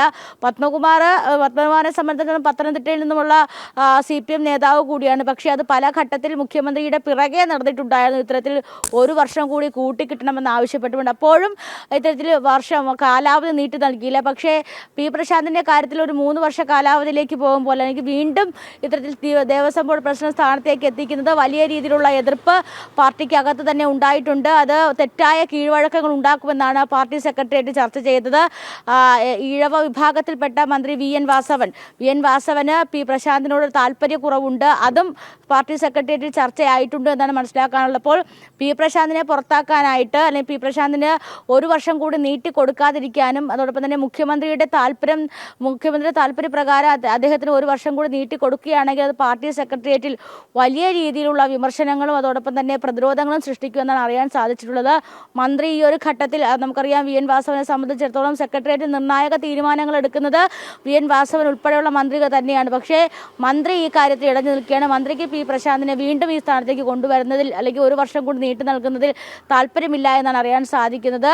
NSSന്റെ പിന്തുണ ഒരു പക്ഷേ പി പ്രശാന്തിന് അനുകൂലമാവുമെങ്കിലും മുഖ്യമന്ത്രി എടുക്കുന്ന തീരുമാനമായിരിക്കും ഏറ്റവും നിർണായകം. പക്ഷേ മുഖ്യമന്ത്രിയെ സംബന്ധിച്ചിടത്തോളം പി പ്രശാന്ത് താല്പര്യമുള്ള വ്യക്തിയാണ്. കോൺഗ്രസ് പാളയത്തിൽ നിന്ന് വന്നതാണെങ്കിൽ പോലും പ്രശാന്തിന്റെ പ്രവർത്തനങ്ങൾ പ്രശാന്തിന്റെ പ്രവർത്തനങ്ങൾ നല്ല രീതിയിലുള്ള പ്രവർത്തനങ്ങളാണെന്ന് വിലയിരുത്തപ്പെടുന്നുണ്ട്. അതും ഒരു പക്ഷേ ഇത്തരത്തിൽ ഇടത് നേതാക്കൾക്കിടയിൽ വലിയ രീതിയിലുള്ള അമർഷമുണ്ടാക്കി കഴിഞ്ഞു എന്നാണ് നമുക്ക് മനസ്സിലാക്കാൻ സാധിക്കുന്നത്. അപ്പോൾ ഇനി ദേവസ്വം ബോർഡ് പ്രസിഡന്റ് സ്ഥാനത്തേക്ക് 1 വർഷം കൂടി പി പ്രശാന്തിന് നീട്ടി നൽകുമോ എന്നതാണ് നിർണായകം. പക്ഷെ അതിൽ വരാനായിട്ട് സാധ്യതകൾ കൂടുതലുണ്ട് എന്ന് മനസ്സിലാക്കാനും സാധിക്കുന്നുണ്ട്. രോഹിണി. ശരി, ടിൻഡുദാസാണ് വിവരങ്ങൾ നൽകിയത്. രാമായണവും ശ്രീരാമ ഭഗവാനെയും ഹൃദയത്തിലേറ്റിയ ഒരു മുത്തശ്ശിയുണ്ട് പത്തനംതിട്ടയിലെ ആറന്മുളയിൽ.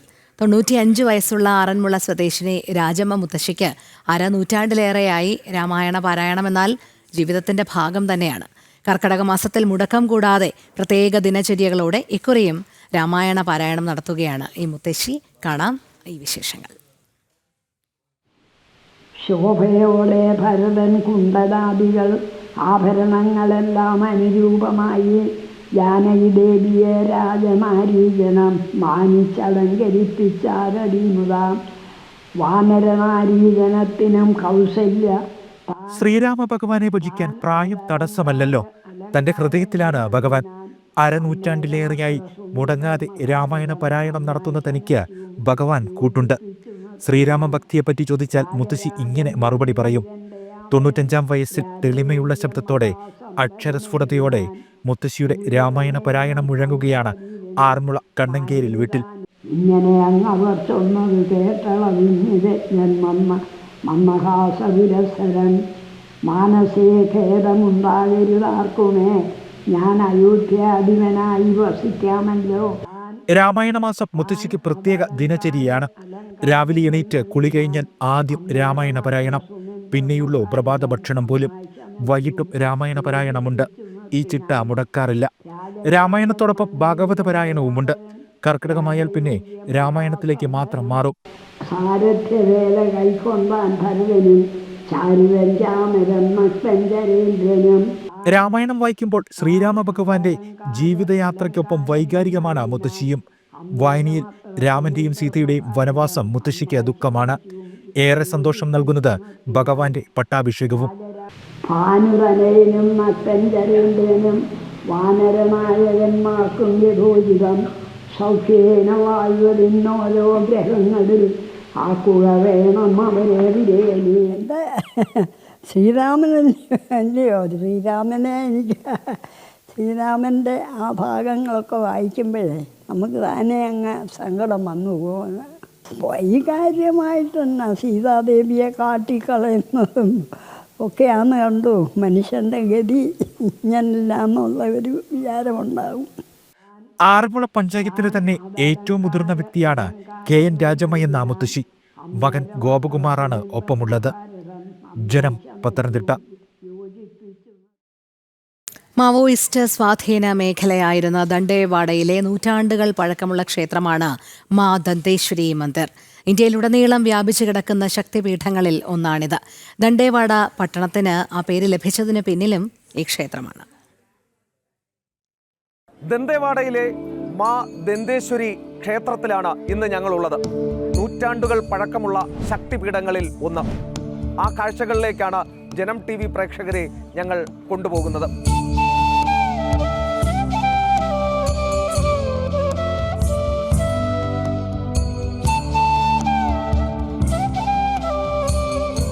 ബസ്തർ ജനതയുടെ കുലദേവതയാണ് മാ ദന്തേശ്വരി. ബസ്തർ കാടുകളിൽ പുണ്യനദികളായ ശങ്കിനി, ധങ്കിണി എന്നിവയുടെ സംഗമസ്ഥാനത്താണ് ഈ ക്ഷേത്രം സ്ഥിതി ചെയ്യുന്നത്. 14-ാം നൂറ്റാണ്ടിൽ കാകതീയ രാജവംശത്തിലെ ഭരണാധികാരികൾ നിർമ്മിച്ചതാണ് ക്ഷേത്രമെന്ന വിശ്വാസം. ദന്തേശ്വരി ദേവിയുടെ കടുത്ത ഉപാസകരായിരുന്നു ഇവർ. ശക്തിപീഠങ്ങളുമായി ബന്ധപ്പെട്ട് പ്രചാരത്തിലുള്ള ദക്ഷയാഗവും സതീദേവിയുടെ ജീവത്യാഗവും തന്നെയാണ് ഇവിടെയും ഐതിഹ്യ പിൻബലം.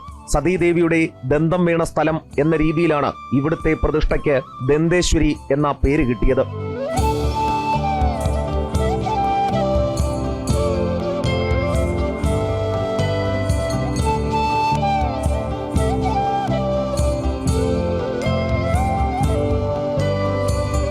प्राय पूरे उड़ीसा हो गया, फिर आंध्र प्रदेश हो गया, बस्तर हो गया, सभी देवी देवताओं को इधर लाएंगे. उसमें ज़्यादा हम लोग को खर्चा, उसमें भी राज्य सरकार देगा. फिर हमारा मंदिर ट्रस्ट है, ये भी उसमें पूरा पूजा पाठ का इंतजाम करवाएगा. 2 नवरात्र, फागुन महीना में होली त्यौहार. മരക്കുടിലിൽ നിർമ്മിച്ചതാണ് ക്ഷേത്രത്തിന്റെ മുൻഭാഗം. പ്രവേശന കവാടത്തിന് എതിർവശത്ത് കല്ലിൽ നിർമ്മിച്ച പുരാതന ഗരുഡസ്തംഭം ഉയർന്നു നിൽക്കുന്നു. ഗർഭഗൃഹം, മഹാമണ്ഡപം, മുഖ്യമണ്ഡപം, സഭാമണ്ഡപം എന്നിങ്ങനെ ക്ഷേത്രത്തെ 4ആയി തരം തിരിച്ചിട്ടുണ്ട്. കരിങ്കല്ലുകൊണ്ട് നിർമ്മിച്ച ദേവിയുടെ വിഗ്രഹം വ്യത്യസ്ത നിറങ്ങളുള്ള പൂക്കളാലും ആഭരണങ്ങളാലും പരമ്പരാഗത വസ്ത്രങ്ങളാലും മനോഹരമായി അലങ്കരിക്കും. അതിമനോഹരമാണ് പ്രധാന ക്ഷേത്രവും ഉപദേവതാ സ്ഥാനങ്ങളും.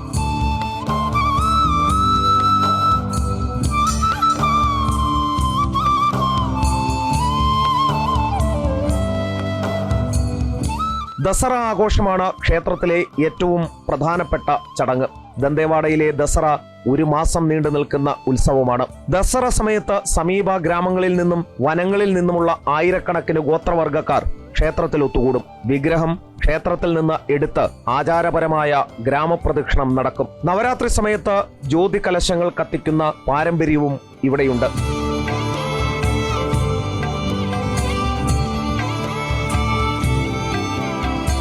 എന്നെങ്കിലും ഒരിക്കൽ കമ്മ്യൂണിസ്റ്റ് ഭീകരതയ്ക്ക് അന്ത്യം കുറിക്കപ്പെടും. അന്ന് ദന്തേവാഡയിലെ മാ ദന്തേശ്വരി ക്ഷേത്രത്തിലേക്ക് നമുക്ക് ഏവർക്കും എത്തിച്ചേരാനുമാകും. ആ സുദിനത്തിനായി കാത്തിരിക്കാം. ക്യാമറമാൻ ഉണ്ണി കെ വാര്യർക്കൊപ്പം എസ് ശ്രീകാന്ത്, ജനം, ഛത്തീസ്ഗഡ്. ബലാത്സംഗ കേസിൽ ഒളിവിൽ തുടരുന്ന റാപ്പർ വേടൻ എന്ന ഹിരൺദാസ് മുരളിക്കെതിരെ കൂടുതൽ പരാതികൾ. ലൈംഗിക ചൂഷണ പരാതികൾ ഓൺലൈൻ അഭിമുഖങ്ങളിൽ വെളിപ്പെടുത്തിയ പെൺകുട്ടികളിൽ ചിലർ പോലീസിലും പരാതി നൽകിയേക്കും. ഇതിനിടെ യുവ ഡോക്ടർ പോലീസിൽ പരാതി നൽകിയപ്പോൾ തന്നെ വേടന് വിവരങ്ങൾ ചോർന്ന് കിട്ടിയിരുന്നോ എന്നും സംശയമുണ്ട്. നിഷ ദിലീപ് ചേരുന്നു. നിഷ, ബലാത്സംഗ കേസിൽ റാപ്പർ വേടൻ ഇപ്പോഴും ഒളിവിൽ തുടരുകയാണ്. പോലീസിനെ ഇതുവരെ പിടിക്കാൻ കഴിഞ്ഞിട്ടില്ല എന്നുള്ളത് ഒരു വലിയ വീഴ്ച തന്നെയാണ്. അതിനിടെ കൂടുതൽ പരാതികൾ കൂടി റാപ്പർ വേടനെതിരെ വരാനുള്ള സാധ്യതകൾ കൂടി കാണുന്നുണ്ടല്ലോ.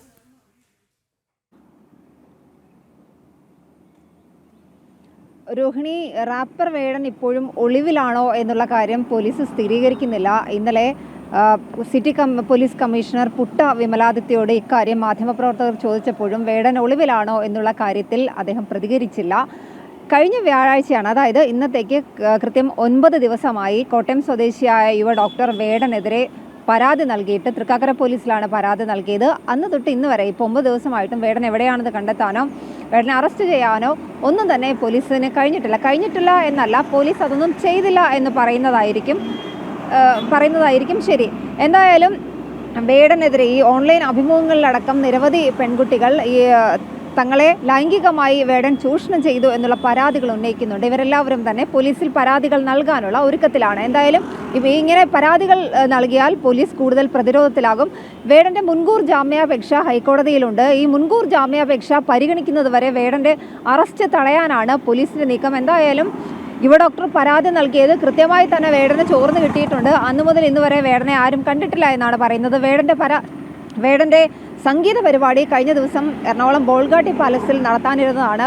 ആ സമയത്ത് വേടൻ അവിടെ എത്തുമ്പോൾ പോലീസ് അറസ്റ്റ് ചെയ്യുമെന്നുള്ള ഊഹങ്ങളൊക്കെ ഉണ്ടായിരുന്നു. അറസ്റ്റ് ചെയ്യാനുള്ള നീക്കങ്ങൾ പോലീസിന്റെ ഭാഗത്തുനിന്നുണ്ടായിരുന്നു എന്നുള്ള ചെറിയ സൂചനകളുണ്ട്. പക്ഷേ ആ പരിപാടി പിന്നീട് ക്യാൻസൽ ചെയ്തു. ഈ പരിപാടി ക്യാൻസൽ ചെയ്തതായി സംഘാടകർ തന്നെ അറിയിക്കുകയായിരുന്നു. എന്തായാലും 9 ദിവസത്തിനിപ്പുറവും വേടനെ അറസ്റ്റ് ചെയ്യാൻ പോലീസിന് കഴിഞ്ഞിട്ടില്ല. വേടന്റെ അറസ്റ്റ് നീട്ടിക്കൊണ്ടു പോകാനുള്ള ശ്രമമാണ് പോലീസിന്റെ ഭാഗത്തു നിന്നും നടക്കുന്നത്. കഴിഞ്ഞ ആഴ്ചയാണ് ഈ കോട്ടയം സ്വദേശിയായ യുവ ഡോക്ടർ തന്നെ വേടൻ വിവാഹ വാഗ്ദാനം നൽകി പീഡിപ്പിച്ചതായും ബലാത്സംഗം ചെയ്തതായും കാട്ടി തൃക്കാക്കര പോലീസിൽ പരാതി നൽകിയത്. വേടനെതിരെ ബലാത്സംഗം, തുടർച്ചയായ ബലാത്സംഗ ശ്രമം എന്നീ വകുപ്പുകൾ പ്രകാരമാണ് കേസെടുത്തിരിക്കുന്നത്. എന്തായാലും കൂടുതൽ പരാതികൾ വേടനെതിരെ പെൺകുട്ടികളുടെ ഭാഗത്തുനിന്നും ഉണ്ടായാൽ പോലീസ് കൂടുതൽ പ്രതിരോധത്തിലാകും. എന്തായാലും ഇന്ന് വരെ ഇപ്പോൾ പോലീസിന്റെ ഭാഗത്തു നിന്ന് വേടനെ രക്ഷിക്കാനുള്ള ശ്രമങ്ങൾ അല്ലെങ്കിൽ വേടന്റെ അറസ്റ്റ് നീട്ടിക്കൊണ്ടുപോകാനുള്ള ശ്രമങ്ങൾ തന്നെയാണ് നടക്കുന്നത്. ഹൈക്കോടതി മുൻകൂർ ജാമ്യാപേക്ഷ പരിഗണിക്കുന്നത് വരെ വേടനെ അറസ്റ്റ് ചെയ്യാതിരിക്കാനാണ് പോലീസിന്റെ നീക്കം. രോഹിണി. ശരി, നിഷയാണ് വിവരങ്ങൾ നൽകിയത്. തിരുവനന്തപുരം നഗരസഭയിലെ സ്കൂളുകളിൽ നടപ്പിലാക്കിയ കമ്പ്യൂട്ടർ ഡിജിറ്റൽ ലൈബ്രറി പദ്ധതിയിലെ ക്രമക്കേട് മറച്ചുവെക്കാൻ നീക്കം.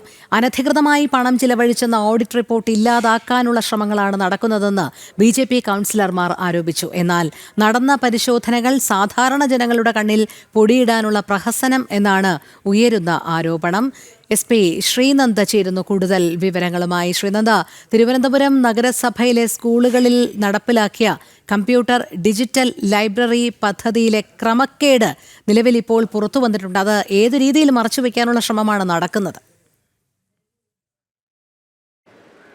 രോഹിണി, സ്കൂളുകളിൽ ഡിജിറ്റൽ ലൈബ്രറി അതുപോലെ തന്നെ ലാപ്ടോപ്പ് പദ്ധതികളിലെ ക്രമക്കേടാണ് ഇപ്പോൾ വൻ വിഷയമായിക്കൊണ്ടിരിക്കുന്നത്. കഴിഞ്ഞ വർഷങ്ങളിൽ തന്നെ ഈ ഒരു ഓഡിറ്റ് റിപ്പോർട്ടും അതുപോലെ തന്നെ അതിനുശേഷം നടന്ന ഒരു വിജിലൻസ് പരിശോധനയും ഒക്കെ തന്നെ നമ്മുടെ ശ്രദ്ധയിൽപ്പെട്ടിരുന്നു.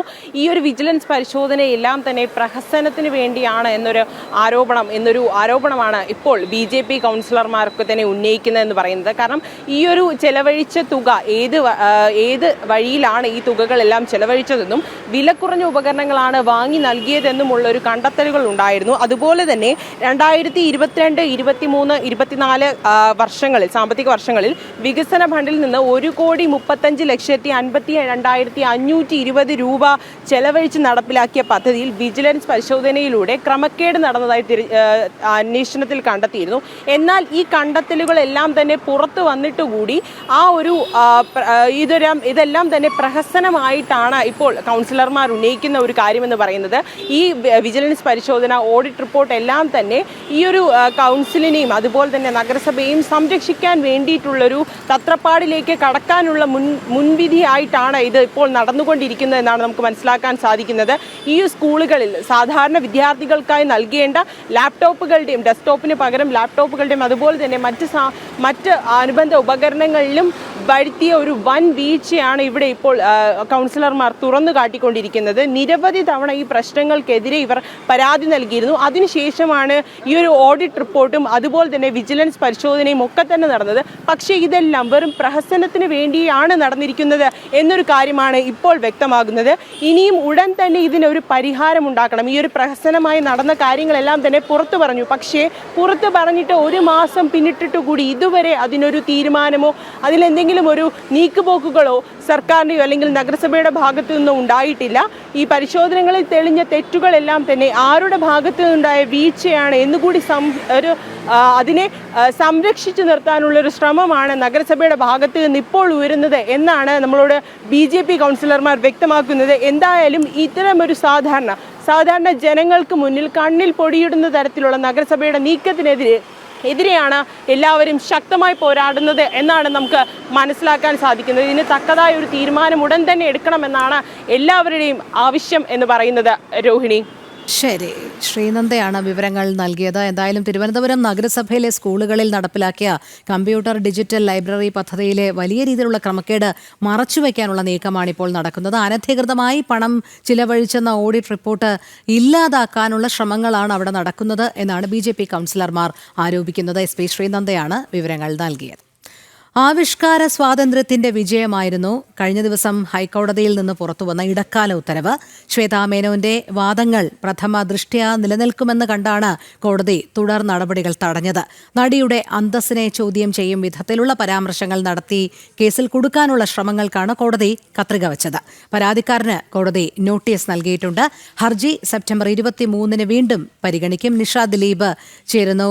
നിഷ, നടി ശ്വേതാ മേനോൻ നൽകിയ ഹർജിയിന്മേൽ ഉള്ള കോടതിയുടെ പരാമർശം എന്ന് പറയുന്നത് ആവിഷ്കാര സ്വാതന്ത്ര്യത്തിന്മേലുള്ളൊരു വിജയമായി തന്നെ നമുക്ക് കണക്കാക്കരുത്.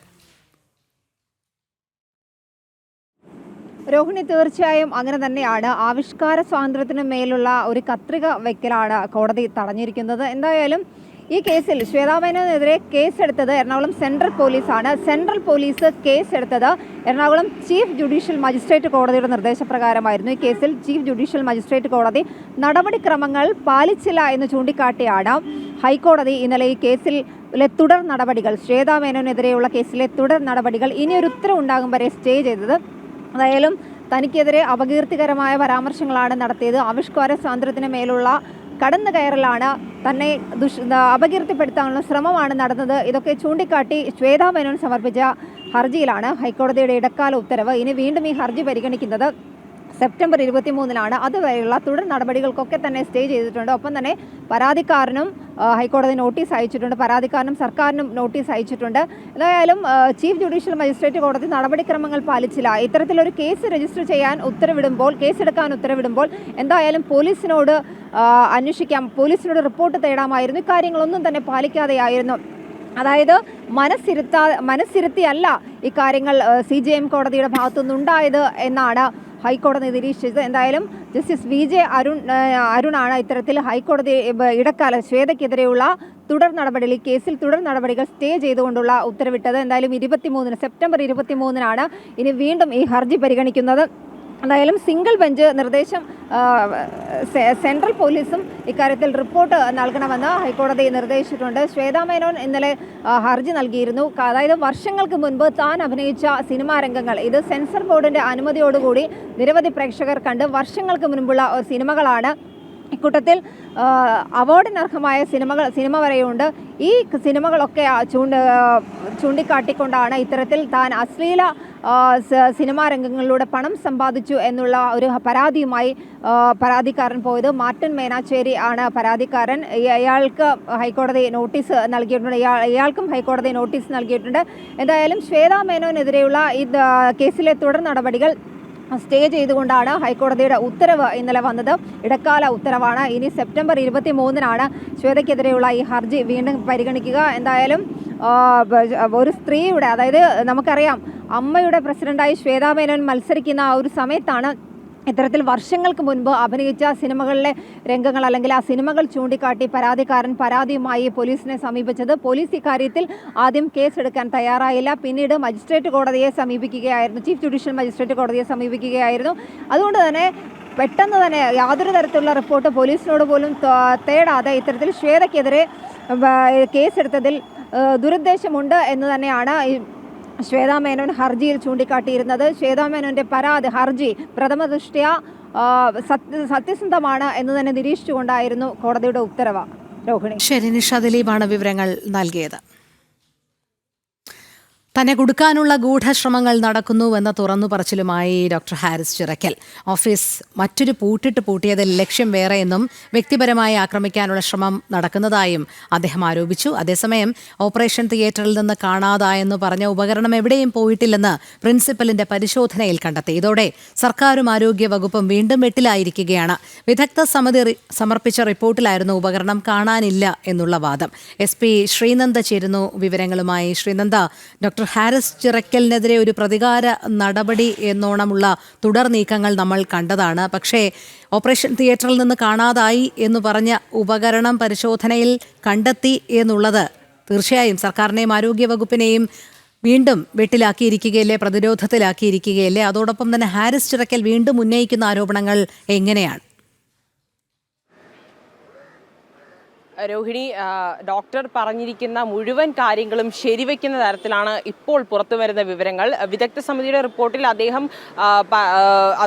റിപ്പോർട്ടിൽ പറയുന്നത് ആ ഒരു ഉപകരണം കാണാനില്ല എന്നാണ്. പക്ഷേ അതെല്ലാം തെറ്റാണ്. ഉപകരണം അവിടെ തന്നെ ഉണ്ട് എന്ന് ഡോക്ടർ ഹാരിസ് 100 തവണ പറഞ്ഞിരുന്നു. പക്ഷേ അതെല്ലാം ശരിവെക്കുന്നതാണ് ഇപ്പോൾ പുറത്തു വരുന്ന കാര്യങ്ങളെന്ന് പറയുന്നത്.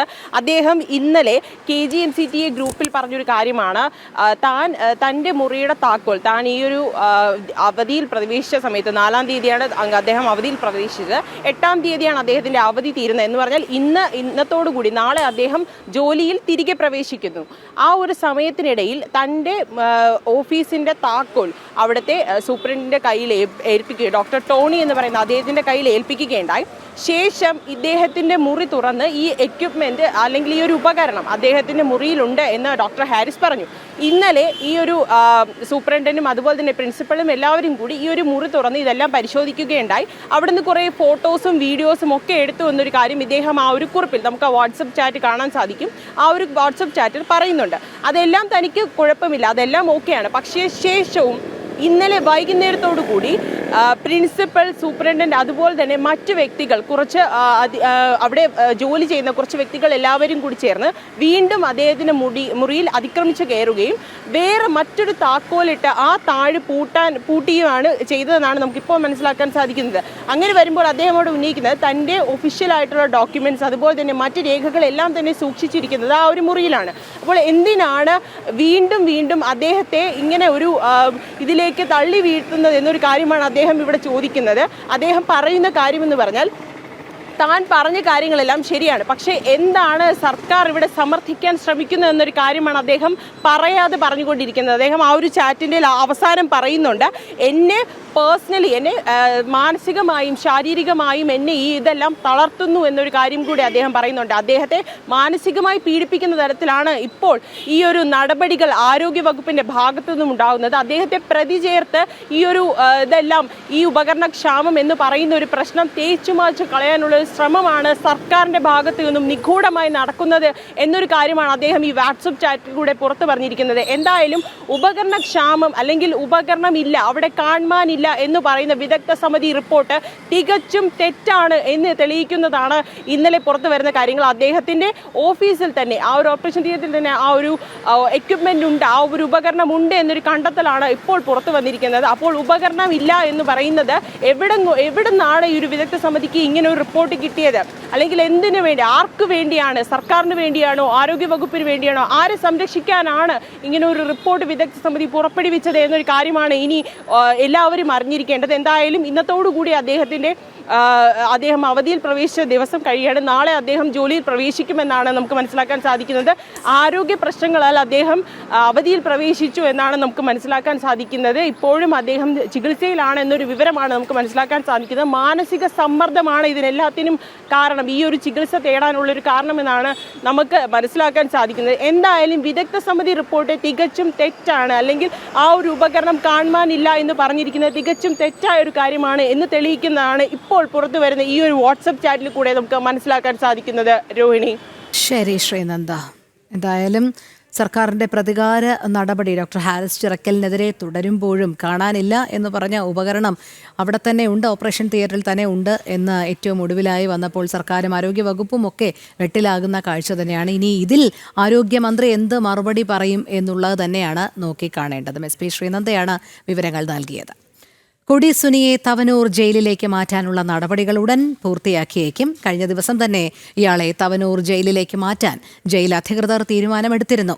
കണ്ണൂർ സെൻട്രൽ ജയിലിലും പുറത്തും ലഹരി സംഘം നിയന്ത്രിക്കുന്നതായുള്ള ജയിൽ വകുപ്പിന്റെ റിപ്പോർട്ടിന്റെ ഗുരുതരമായ കണ്ടെത്തലിന്റെ അടിസ്ഥാനത്തിലാണ് നടപടികൾ വേഗത്തിലാക്കുന്നത്. മിഥുൻ പിള്ള ചേരുന്നു. മിഥുൻ, പറയൂ.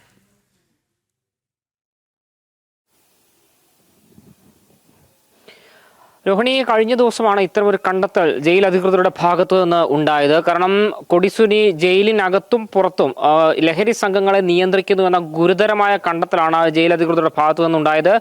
കൊടിസുനി മാത്രമല്ല, കിർമാണി മനോജ്, ബ്രിട്ടോ എന്നീ ആളുകളും ഇയാളോടൊപ്പം ഉണ്ട് എന്ന കണ്ടെത്തൽ കൂടി ഉണ്ടായിരുന്നു.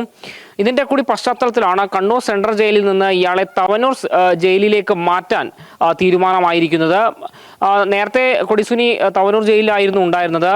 അതിനിടെയാണ് ഇക്കഴിഞ്ഞ ജനുവരി 29-ന് ന്യൂമാഹിയിൽ 2 BJP പ്രവർത്തകരെ വെട്ടിക്കൊലപ്പെടുത്തിയ കേസിന്റെ വിചാരണയ്ക്കായാണ് കൊടിസുനിയെ കണ്ണൂർ ജില്ലയിൽ എത്തിക്കുന്നത്. എന്നാൽ പിന്നീട് വിചാരണ ഇപ്പോൾ പൂർത്തിയായി കഴിഞ്ഞപ്പോൾ വാദം മാത്രമാണ് നടക്കുന്നത്. അതിന് ഓൺലൈനായി കൊടിസുനി ഹാജരായാൽ മതി എന്നൊരു നിലപാടാണ് കോടതി അടക്കം വെച്ചത്. അതിന്റെ അടിസ്ഥാനത്തിൽ അയാളെ കണ്ണൂരിൽ നിർത്തേണ്ട ആവശ്യമില്ല, നേരെ തവനൂർ ജയിലിലേക്ക് കൊണ്ടുപോകുക എന്നൊരു നിലപാടിലേക്ക് മാറുകയായിരുന്നു. കാരണം കണ്ണൂരിൽ നേരത്തെ കൊടിസുനി ഉണ്ടായിരുന്നു. ആ ഒരു സമയത്തൊക്കെ ഈ ജയിലിനകത്തും പുറത്തുമൊക്കെ ലഹരി കച്ചവടവുമായി ബന്ധപ്പെട്ട വലിയ ബന്ധങ്ങൾ കൊടിസുനി ഉണ്ടാക്കിയെടുക്കുകയും ചെയ്തിരുന്നു. മാത്രമല്ല, അടിയന്തര പരോളിന്റെ ഭാഗമായി കഴിഞ്ഞ മാസം പുറത്തിറങ്ങിയ സമയത്ത് ഇയാൾ കർണാടകയിൽ ഉൾപ്പെടെ പോയി ലഹരി സംഘങ്ങളുമായി ഒരു കൂട്ടായ്മ ഉണ്ടാക്കി ഒക്കെ ചെയ്തു എന്നൊരു കണ്ടെത്തൽ കൂടിയുണ്ട്. ഈ ഒരു പശ്ചാത്തലത്തിൽ കൂടിയാണ് കണ്ണൂർ ജില്ലയിൽ ഇനി അയാളെ നിർത്തുന്നത് സുരക്ഷിതമല്ല. മാത്രമല്ല, ഈ ലഹരി സംഘങ്ങളുമായുള്ള ബന്ധം വർദ്ധിപ്പിക്കുന്നത് ജയിലിന്റെ സുരക്ഷയെ പോലും ബാധിക്കുന്ന തരത്തിലേക്ക് കാര്യങ്ങൾ കൊണ്ടുപോകുമെന്ന് കണ്ടതിന്റെ അടിസ്ഥാനത്തിൽ കൂടിയാണ് ഈ ഒരു നിലപാട് ജയിൽ അധികൃതർ എടുത്തത്. ഏതായാലും വളരെ പെട്ടെന്ന് തന്നെ ഈ ജയിൽ മാറ്റത്തിലുള്ള പ്രക്രിയകൾ പൂർത്തിയാക്കി കൊടിസുനിയെ കണ്ണൂർ സെൻട്രൽ ജയിലിൽ നിന്ന് തവനൂർ ജയിലിലേക്ക് മാറ്റാനുള്ള നടപടികൾ പുരോഗമിക്കുകയാണ്. രോഹിണി, ശരി. മിഥുൻ പിള്ളയാണ് വിവരങ്ങൾ നൽകിയത്. വനം വകുപ്പിൽ ജാതി വിവേചനം എന്ന പരാതിയുമായി ഉള്ളാട മഹാസഭ സ്പെഷ്യൽ റിക്രൂട്ട്മെന്റ് വഴി നിയമിച്ച പട്ടികവർഗത്തിൽപ്പെട്ട ജീവനക്കാരെ പ്രത്യേക കോളത്തിൽ രേഖപ്പെടുത്തുന്നത് ജാതി വിവേചനം എന്നാണ് പരാതി. സംഭവത്തിൽ കേരള ഉള്ളാട മഹാസഭയാണ് ഇത് സംബന്ധിച്ച് ഗോത്രവർഗ കമ്മീഷൻ അടക്കമുള്ളവർക്ക് പരാതി നൽകിയത്. സുബിൻ തോമസ് ചേരുന്നു. സുബിൻ, എന്താണ് ഉള്ളാട മഹാസഭ ഉന്നയിക്കുന്ന പരാതി? രോഹിണി, പ്രധാനമായും 2022 ഏപ്രിൽ മാസത്തിലാണ് ഈ വനവാസി വിഭാഗത്തിൽപ്പെട്ട ആളുകളെ ഇത്തരത്തിൽ PSC മുഖാന്തരം വനം വകുപ്പ് ജോലിക്കായി എടുക്കുന്നത്. അത് BFO, അതുപോലെ ബീറ്റ് ഫോറസ്റ്റ് ഓഫീസർ, അതുപോലെ തന്നെ ഫോറസ്റ്റ് വാച്ചർ എന്നീ തസ്തികകളിലേക്കാണ് ഇവരെ നിയമിച്ചിരുന്നത്. ഇതിനു ശേഷമാണ് ഇത്തരത്തിൽ ഇവർ ഈ ഒരു തൊഴിലെടുത്ത് ജാതി വിവേചനം നേരിടുന്നുവെന്ന ഒരു പരാതിയുമായി ഉള്ളാട സഭ നിലവിൽ രംഗത്തെത്തിയിട്ടുള്ളത്. പ്രധാനമായും ഈ ജനറൽ ഡയറിയിൽ പേര് രേഖപ്പെടുത്തുന്നത് അത് BFO, അതുപോലെ തന്നെ BFO SR, അതായത് സ്പെഷ്യൽ റിക്രൂട്ട്മെന്റ് എന്ന് തരം തിരിച്ച് 2 കോളത്തിലായാണ് എഴുതുന്നത് എന്നുള്ളതാണ് ഈ ഉള്ളാട മഹാസഭ പറയുന്നത്. ഇത് ഈ സ്പെഷ്യൽ റിക്രൂട്ട്മെന്റ് വഴി വന്ന വനാശ്രിതരായിട്ടുള്ള വിഭാഗക്കാരെ പ്രത്യേകം തിരിച്ചറിയുന്നതിന് വേണ്ടിയാണ് ഇത്തരത്തിൽ ഈ രേഖപ്പെടുത്തുന്നത് എന്നുള്ളതാണ് പ്രധാനമായും ഉള്ളാട മഹാസഭ പറയുന്നത്. ഇത് ജാതി വിവേചനത്തിന്റെ ഭാഗമാണ്. അതായത് വനം വകുപ്പ് ജാതി വിവേചനം നടത്തുന്നുണ്ട്, ചില ഉദ്യോഗസ്ഥർ ജാതി വിവേചനം നടത്തുന്നുണ്ട് എന്നുള്ളതിന്റെ തെളിവാണ് എന്നാണ് ഉള്ളാട മഹാസഭ പ്രധാനമായും പറഞ്ഞു വയ്ക്കുന്നത്. ഇതിൽ പ്രധാനമായും എടുത്തു പറയേണ്ട ഒരു കാര്യം എന്നുള്ളത് ഈ ബീറ്റ് ഫോറസ്റ്റ് ഓഫീസർ, അതുപോലെ തന്നെ ഫോറസ്റ്റ് വാച്ചർ, അതായത് ഒരു പ്രത്യേക വിഭാഗത്തെ ഒരു പ്രത്യേകമായി തന്നെ അവരെ പരിഗണിച്ച് അവർക്ക് പരീക്ഷ നടത്തി കായികക്ഷമതാ പരിശീലനം എല്ലാം നടത്തിയാണ് ഇവരെ ഈ ഒരു സേനയിലേക്ക് എടുക്കുന്നത്. അത് ജനറൽ വിഭാഗത്തിൽ നിന്ന് PSC ഈ ഉദ്യോഗാർത്ഥികളെ തിരഞ്ഞെടുക്കുന്നത് പോലെ തന്നെയാണ് ഈ വനാശ്രിത വിഭാഗത്തിൽപ്പെടുന്ന ആളുകളെ തിരഞ്ഞെടുത്തിട്ടുള്ളത്. ഇവരുടെ നിയമനത്തിൽ മാത്രമാണ് ഒരു വ്യത്യാസമുള്ളത്. പക്ഷേ ഈ ബീറ്റ് ഫോറസ്റ്റ് ഓഫീസർക്ക് ലഭിക്കുന്ന ആനുകൂല്യവും അതുപോലെ തന്നെ വേതനങ്ങളും സ്ഥലം മാറ്റവും എല്ലാം ഈ വനാശ്രിത വിഭാഗത്തിൽ നിന്നും എത്തിയിട്ടുള്ള ഈ ഉദ്യോഗാർത്ഥികൾക്കും ലഭിക്കും. അത്തരത്തിൽ തുല്യ ജോലി ചെയ്യുന്ന ആളുകളെ എന്തിന് ഇത്തരത്തിൽ വേർതിരിച്ച് കാണിക്കുന്നു എന്നുള്ളൊരു ചോദ്യമാണ് പ്രധാനമായും ഉള്ളാട മഹാസഭ ചോദിക്കുന്നത്. അതുകൊണ്ട് തന്നെ ഇതുമായി ബന്ധപ്പെട്ട് ഗോത്ര കമ്മീഷനും അതുപോലെ തന്നെ മുഖ്യമന്ത്രി ഉൾപ്പെടെയുള്ളവർക്കും നിലവിൽ പരാതി നൽകിയിട്ടുണ്ട്. അതോടൊപ്പം തന്നെ ഈ ഏകദേശം 2 വർഷത്തോളമായി ഈ ഉദ്യോഗാർത്ഥികളെ ഇത്തരത്തിൽ നിയമിതരാക്കിയിട്ട് ബീറ്റ് ഫോറസ്റ്റ് ഓഫീസറും ഫോറസ്റ്റ് വാച്ചറുമായൊക്കെയായി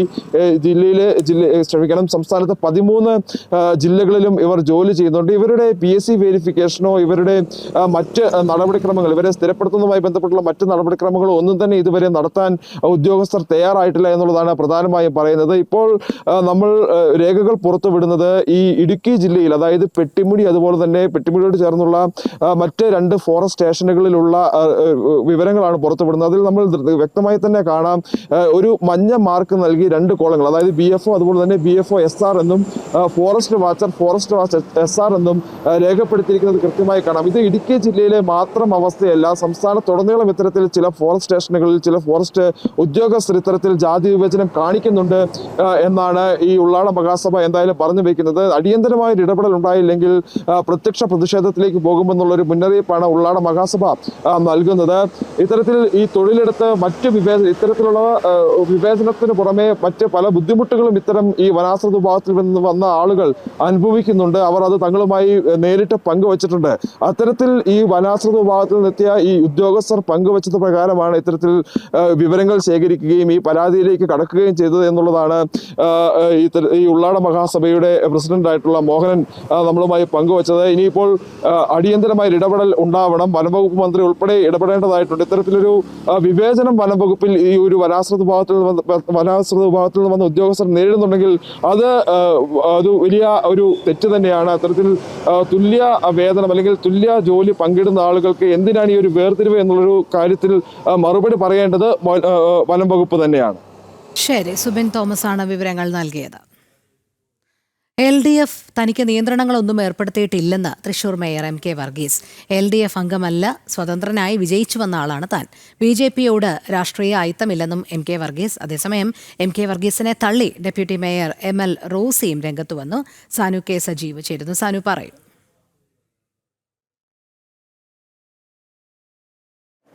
തൃശൂർ കോർപ്പറേഷനിൽ മേയറും അതേപോലെ തന്നെ LDFും തമ്മിലുള്ള ബലപരീക്ഷണം തുടരുന്നു എന്ന് വേണം നമുക്ക് മനസ്സിലാക്കാനായിട്ട്. അതായത് കഴിഞ്ഞ കുറേ നാളുകളായിട്ട് ഇവിടെ ഈ ഭരണസമിതിക്കുള്ളിലുണ്ടായിരുന്ന അസ്വാരസ്യങ്ങൾ അതിപ്പോൾ പൊട്ടിത്തെറിയിലേക്ക് എത്തിയിരിക്കുകയാണ്. ഡെപ്യൂട്ടി മേയർ ML റോസിയാണ് ആദ്യത്തെ വെടി പൊട്ടിച്ചിട്ടുള്ളത്.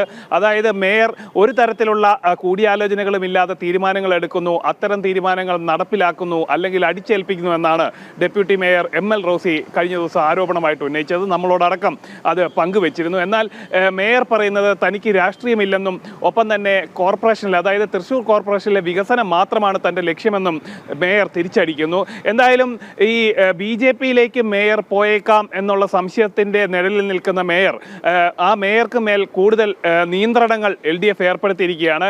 കഴിഞ്ഞ ദിവസം മുതൽ മേയറുടെ എല്ലാ നടപടിക്രമങ്ങളും നിരീക്ഷിക്കാനായിട്ട് LDFിൻ്റെ ഒരു പ്രത്യേക സമിതിയും തൃശൂർ കോർപ്പറേഷനിൽ നിലവിൽ വന്നതായിട്ടാണ് നമുക്ക് മനസ്സിലാക്കുന്നത്. അതായത് മേയർ ഉദ്ഘാടനം ചെയ്യാനിരുന്ന പരിപാടിയിൽ നിന്ന് പോലും മേയറെ ഒഴിവാക്കിക്കൊണ്ട് മന്ത്രി R ബിന്ദുവിനെ, അതായത് തൃശൂർ കോർപ്പറേഷനിലെ ഈ വരുന്ന 12-ാം തീയതി മേയറായിരുന്നു ഒരു റോഡിൻ്റെ ഉദ്ഘാടനം നിശ്ചയിച്ചിരുന്നത്. മേയറായിരുന്നു ആ പരിപാടിയിൽ ഉദ്ഘാടകനായി എത്തേണ്ടത്. എന്നാൽ മേയർക്ക് മേൽ LDFിൻ്റെ ഒരു നിയന്ത്രണം വന്നതോടുകൂടി ആ ഉദ്ഘാടനത്തിൽ നിന്നും മേയറെ ഒഴിവാക്കുന്നു. പകരം മന്ത്രിയായിട്ടുള്ള R ബിന്ദുവിനെ ഉദ്ഘാടനത്തിനായിട്ട് പുതിയ നോട്ടീസൊക്കെ അച്ചടിച്ച് വിതരണം ചെയ്യുകയും അത്തരത്തിൽ പരിപാടികൾ പുനഃക്രമീകരിക്കുകയും ചെയ്തിട്ടുണ്ട്. എന്തായാലും ഈ വിഷയത്തോട് മേയർ പ്രതികരിച്ച താൻ ഒരു LDFകാരനല്ല, താൻ തൃശ്ശൂരിലെ മേയർ മാത്രമാണ്.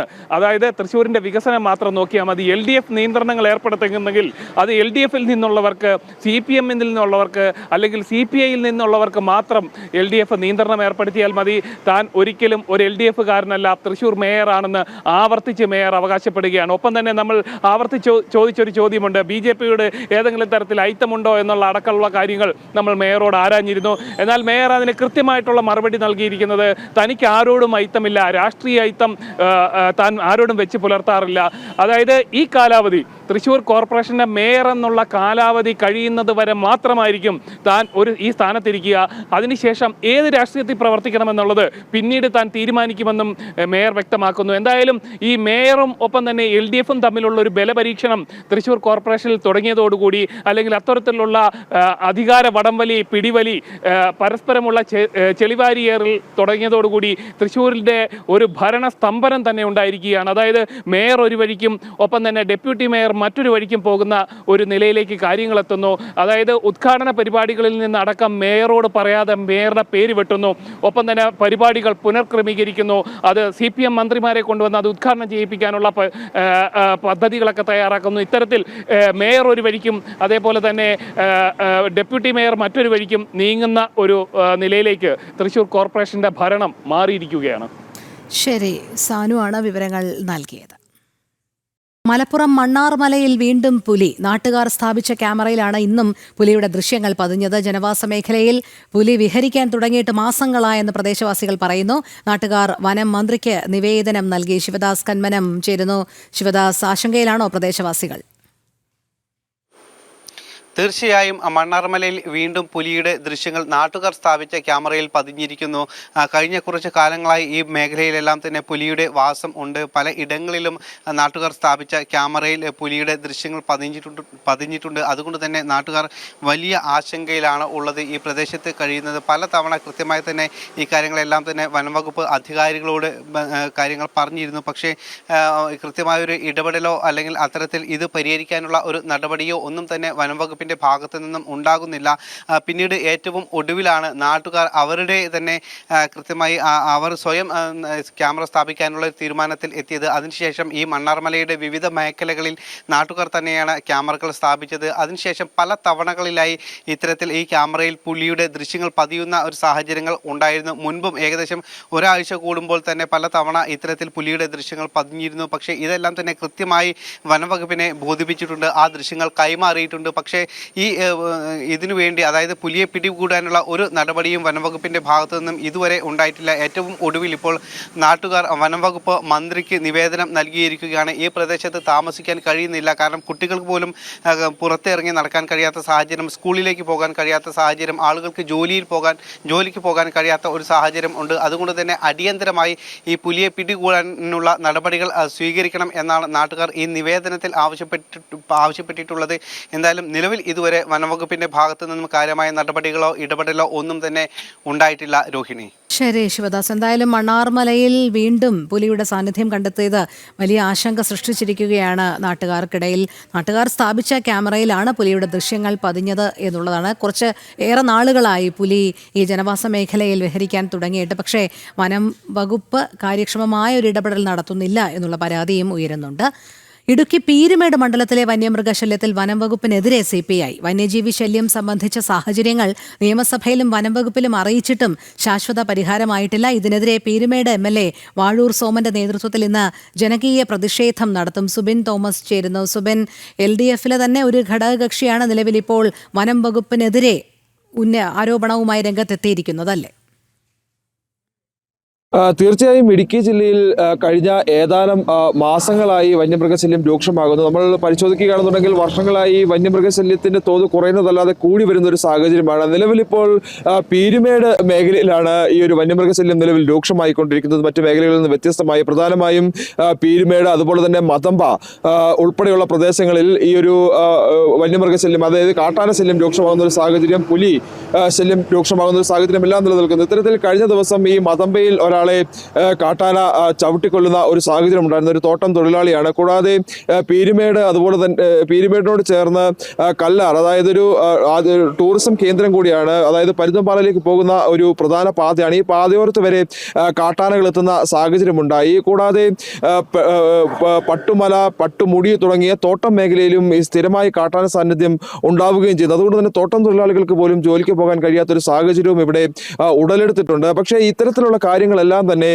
നിയമസഭയിലും അതുപോലെ തന്നെ വനംവകുപ്പ് മന്ത്രിയും നേരിട്ടറിയിച്ചെങ്കിലും കൃത്യമായ ഇടപെടൽ ഉണ്ടാവുന്നില്ല എന്നുള്ളൊരു ആരോപണമാണ് പ്രധാനമായും CPI മുമ്പോട്ട് വയ്ക്കുന്നത്. ഇത്തരത്തിൽ മുമ്പെങ്ങും ഇല്ലാത്ത തരത്തിലാണ് നിലവിൽ ഇപ്പോൾ ഈ ഒരു പീരുമേട് മണ്ഡലത്തിൽ ഈ ഒരു വന്യമൃഗശല്യം രൂക്ഷമായിരിക്കുന്നത്. അത് പ്രധാനമായും കാട്ടാന ശല്യമാണ് രൂക്ഷമായിക്കൊണ്ടിരിക്കുന്നത്. ഇത്തരത്തിൽ ഈ പരാതികളെല്ലാം തന്നെ നൽകിയിട്ടും ഈ വനംവകുപ്പ് ഉദ്യോഗസ്ഥർ എത്തി ഈ പഴക്കം പൊട്ടിച്ച ആനയെ തുരത്തുന്നതല്ലാതെ മറ്റ് ഇടപെടലുകളൊന്നും തന്നെ വനംവകുപ്പിന്റെ ഭാഗത്തുനിന്ന് ഉണ്ടാകുന്നില്ല. ഈ ആനയെ തുരത്തി ശാശ്വതമായ ഒരു പരിഹാരം ഉണ്ടാക്കാൻ വനംവകുപ്പിന്റെ ഭാഗത്തുനിന്ന് കൃത്യമായ ഇടപെടൽ ഉണ്ടാകുന്നില്ല എന്നുള്ള അടക്കമുള്ള ആരോപണങ്ങൾ നിലനിൽക്കുന്നു. ഇത് കൂടാതെയാണ് വ്യാപകമായ കൃഷിനാശവും ആളുകൾക്ക് നേരെ പോലും കാട്ടാന തിരിയുന്ന ഒരു സാഹചര്യം ഉണ്ടാകുന്നത്. ഇതിന്റെ അടിസ്ഥാനത്തിലാണ് നിലവിൽ ഇപ്പോൾ ഈ വനംവകുപ്പിനെതിരെ നിലവിൽ CPI രംഗത്തെത്തിയിട്ടുള്ളത്. വാഴൂർ സോമന്റെ നേതൃത്വത്തിൽ, പീരുമേട് MLA വാഴൂർ സോമന്റെ നേതൃത്വത്തിലാണ് നിലവിൽ ഇന്ന് 35-ാം മൈലിൽ, അതായത് മുണ്ടക്കയത്തിനോട് ചേർന്ന് ഇടുക്കി ജില്ലയുടെ അതിർത്തി പ്രദേശമായ 35-ാം മൈലിൽ ഫോറസ്റ്റ് സ്റ്റേഷന് മുന്നിൽ പ്രതിഷേധ പരിപാടി സംഘടിപ്പിക്കാൻ, ജനകീയ പ്രതിഷേധം സംഘടിപ്പിക്കാൻ തീരുമാനിച്ചിട്ടുള്ളത്. ഈ ഒരു പ്രതിഷേധത്തിൽ വനം വകുപ്പ് ഉദ്യോഗസ്ഥർ അല്ലെങ്കിൽ വനം വകുപ്പ് ഈ പീരുമേട് മണ്ഡലത്തോട് കാണിക്കുന്ന അവഗണനകൾ ചൂണ്ടിക്കാണിച്ചുകൊണ്ട്, അല്ലെങ്കിൽ ഈ വന്യമൃഗശല്യം ഇത്രത്തോളം രൂക്ഷമായിട്ടും എന്തുകൊണ്ട് ഈ ഒരു വനം വകുപ്പ് ഇടപെടുന്നില്ല എന്നുള്ളൊരു ചോദ്യം ഉന്നയിച്ചുകൊണ്ടാണ് എന്തായാലും ഈ ഒരു പ്രതിഷേധ പരിപാടി സംഘടിപ്പിക്കാൻ തീരുമാനിച്ചിട്ടുള്ളത്. നമുക്കറിയാം, ഇതിനു മുമ്പ് പലപ്പോഴും പല സ്ഥലത്തും കാട്ടാനാക്രമണം നടക്കുമ്പോഴും CPI ഒരു പ്രത്യക്ഷ സമരത്തിലേക്ക് എത്തിയിരുന്നില്ല, അല്ലെങ്കിൽ പ്രത്യക്ഷ പ്രതിഷേധത്തിലേക്ക് എത്തിയിരുന്നില്ല. CPM ഇതിനു മുമ്പ് പലതവണ വനം വകുപ്പിനെതിരെ വിവിധയിടങ്ങളിൽ പ്രതിഷേധവും സമരവും ഒക്കെ സംഘടിപ്പിക്കുമ്പോഴും CPM അതിന് അത്തരത്തിലുള്ളൊരു സമരത്തിലേക്ക് പോയിരുന്നില്ല. നിലവിലിപ്പോൾ CPIയും വനം വകുപ്പിനെതിരെ ഇടുക്കി ജില്ലയിൽ സമരത്തിനിറങ്ങുമ്പോൾ ഈ ഭരണപക്ഷത്ത് നിന്ന് തന്നെ വലിയ ഒരു സമ്മർദ്ദം അത് വനം വകുപ്പിലേക്ക് എത്തുന്നു എന്നുള്ളതാണ് എടുത്തു പറയേണ്ടതായിട്ടുള്ള കാര്യം. ശരി, സുബിൻ തോമസ് ആണ് വിവരങ്ങൾ നൽകിയത്. കേരള സർവകലാശാല VCയുടെ നടപടികൾ എതിർത്ത് ഡോക്ടർ KS അനിൽകുമാർ നൽകിയ ഹർജി ഹൈക്കോടതി ഇന്ന് വീണ്ടും പരിഗണിക്കും. സ്റ്റേ വേണമെന്ന അനിൽകുമാറിന്റെ ആവശ്യം ഹൈക്കോടതി ഇതുവരെ പരിഗണിച്ചിട്ടില്ല. രജിസ്ട്രാറുടെ ചുമതലാ നിർവഹണം വൈസ് ചാൻസലർ തടസ്സപ്പെടുത്തുന്നുവെന്ന് ചൂണ്ടിക്കാട്ടിയാണ് ഹർജി. കേരള സർവകലാശാല VCയുടെ നടപടികൾ ചോദ്യം ചെയ്ത് ഡോക്ടർ KS അനിൽകുമാർ നൽകിയ ഹർജിയിൽ ഹൈക്കോടതി വിശദമായ വാദം കേൾക്കുകയാണ്. ജോയിന്റ് രജിസ്ട്രാർക്ക് രജിസ്ട്രാറുടെ ചുമതല കൂടി കൈമാറിയ VCയുടെ നടപടി നിയമവിരുദ്ധമാണെന്ന് ചൂണ്ടിക്കാട്ടിയാണ് അനിൽകുമാറിന്റെ ഹർജി. ഹർജി നേരത്തെ പരിഗണിച്ചപ്പോൾ ജസ്റ്റിസ് TR രവിയുടെ ബെഞ്ച് സർവകലാശാലയിൽ എലിയും പൂച്ചയും കളിയാണെന്നും പരിഹസിച്ചിരുന്നു. മിനി കാപ്പന് കേരള സർവകലാശാല രജിസ്ട്രാറുടെ ചുമതല നൽകിയ VCയുടെ നടപടിക്കുൾപ്പെടെ സ്റ്റേ വേണമെന്ന അനിൽകുമാറിന്റെ ആവശ്യത്തിൽ ഹൈക്കോടതി ഇതുവരെ തീരുമാനം എടുത്തിട്ടില്ല. സർവകലാശാല അഭിഭാഷകൻ ഹൈക്കോടതിയിൽ തെറ്റായ സത്യവാങ്മൂലം നൽകിയെന്ന വാദം VCയുടെ അഭിഭാഷക അറിയിച്ചിട്ടുണ്ട്. ജോയിന്റ് രജിസ്ട്രാർ മിനി കാപ്പൻ നൽകിയ മറുപടിയല്ല സ്റ്റാൻഡിംഗ് കൗൺസിൽ നൽകിയതെന്നായിരുന്നു VCയുടെ നിലപാട്. രജിസ്ട്രാറുടെ ചുമതല നിർവഹണം VC തടസ്സപ്പെടുത്തുന്നുവെന്നും രജിസ്ട്രാർ സ്ഥാനത്തു നിന്നുമുള്ള സസ്പെൻഷൻ നിയമവിരുദ്ധമാണെന്നും ഹർജിയിൽ അനിൽകുമാർ വാദമുന്നയിച്ചിരുന്നു. VCയുടെ സസ്പെൻഷൻ ഉത്തരവ് നിയമനാധികാരിയായ സിൻഡിക്കേറ്റ് റദ്ദാക്കി. എന്നിട്ടും സർവകലാശാല സിൻഡിക്കേറ്റിന്റെ തീരുമാനം VC നടപ്പാക്കുന്നില്ലെന്നാണ് മറ്റൊരു ആക്ഷേപം. ജനം, കൊച്ചി. സ്റ്റാച്യു ഓഫ് യൂണിറ്റിയെ ആഗോള ടൂറിസം ഹബ്ബാക്കി മാറ്റിയെടുക്കാനുള്ള തയ്യാറെടുപ്പുകളുമായി ഗുജറാത്ത് സർക്കാർ. സ്റ്റാച്യു ഓഫ് യൂണിറ്റിയിലേക്കും പരിസര പ്രദേശങ്ങളിലേക്കും വിദേശത്തു നിന്നുൾപ്പെടെയുള്ള വിനോദസഞ്ചാരികളെ ആകർഷിക്കുകയാണ് ലക്ഷ്യം. ഗുജറാത്ത് മുഖ്യമന്ത്രി ഭൂപേന്ദ്ര പട്ടേലിന്റെ അധ്യക്ഷതയിൽ ഗാന്ധിനഗറിൽ നടന്ന ഉന്നതതല അവലോകന യോഗത്തിലാണ് സ്റ്റാച്യു ഓഫ് യൂണിറ്റിയെ ആഗോള ഹബ്ബാക്കി മാറ്റാനുള്ള നിർദ്ദേശങ്ങൾ മുന്നോട്ടുവച്ചത്. മനോഹരമായ നടപ്പാതകൾ, ദൃശ്യഭംഗി ആസ്വദിക്കാവുന്ന വിധത്തിൽ കുന്നുകളിൽ ട്രക്കിംഗ് സൗകര്യം, അടിസ്ഥാന സൗകര്യങ്ങൾ തുടങ്ങി നിരവധി കാര്യങ്ങൾ ഭരണസമിതിയിൽ ചർച്ചയായി. പ്രധാന കവാടത്തിനു മുന്നിൽ സർദാർ സരോവർ അണക്കെട്ടിന്റെ മാതൃക സ്ഥാപിക്കുന്നതിനുള്ള പദ്ധതിയും മുന്നിലുണ്ട്.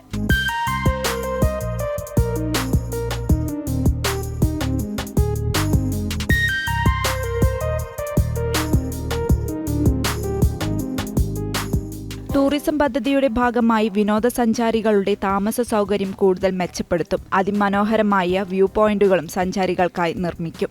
ലോകത്തിലെ ഏറ്റവും ഉയരം കൂടിയ പ്രതിമയാണ് statue of unity. Sardar Sarovar ഡാമിൽ സ്ഥിതി ചെയ്യുന്ന സാധുബൈറ്റ് ദ്വീപ് എന്ന ചെറുദ്വീപിലാണ് പ്രതിമ സ്ഥിതി ചെയ്യുന്നത്. നിരവധി വിനോദസഞ്ചാരികളാണ് പ്രതിമ കാണുന്നതിനായി ദിനംപ്രതി ഒഴുകിയെത്തുന്നത്. നാഷണൽ ഡെസ്ക്, ജനം. ഗ്രാമീണ പശ്ചാത്തലത്തിൽ ഒരുക്കിയ ത്രില്ലർ ചിത്രം ക്രിസ്റ്റീനയുടെ സെക്കൻഡ് ലുക്ക് പോസ്റ്റർ പുറത്തിറങ്ങി. സുധീർ കരമന, MR ഗോപകുമാർ, സീമാജി നായർ, നസീർ സംക്രാന്തി, ആര്യ രാജേഷ് തുടങ്ങിയവരാണ് പ്രധാന വേഷങ്ങളിൽ. CS ഫിലിംസ് നിർമ്മിക്കുന്ന ചിത്രത്തിന്റെ രചനയും സംവിധാനവും സുദർശനനാണ്. നമ്മുടെ പുത്തൻ പുലരിയുടെ സമയം ഇവിടെ പൂർണ്ണമാകുകയാണ്. എല്ലാ പ്രേക്ഷകർക്കും ഒരിക്കൽ കൂടി ശുഭദിനം ആശംസിക്കുന്നു. നന്ദി, നമസ്തേ.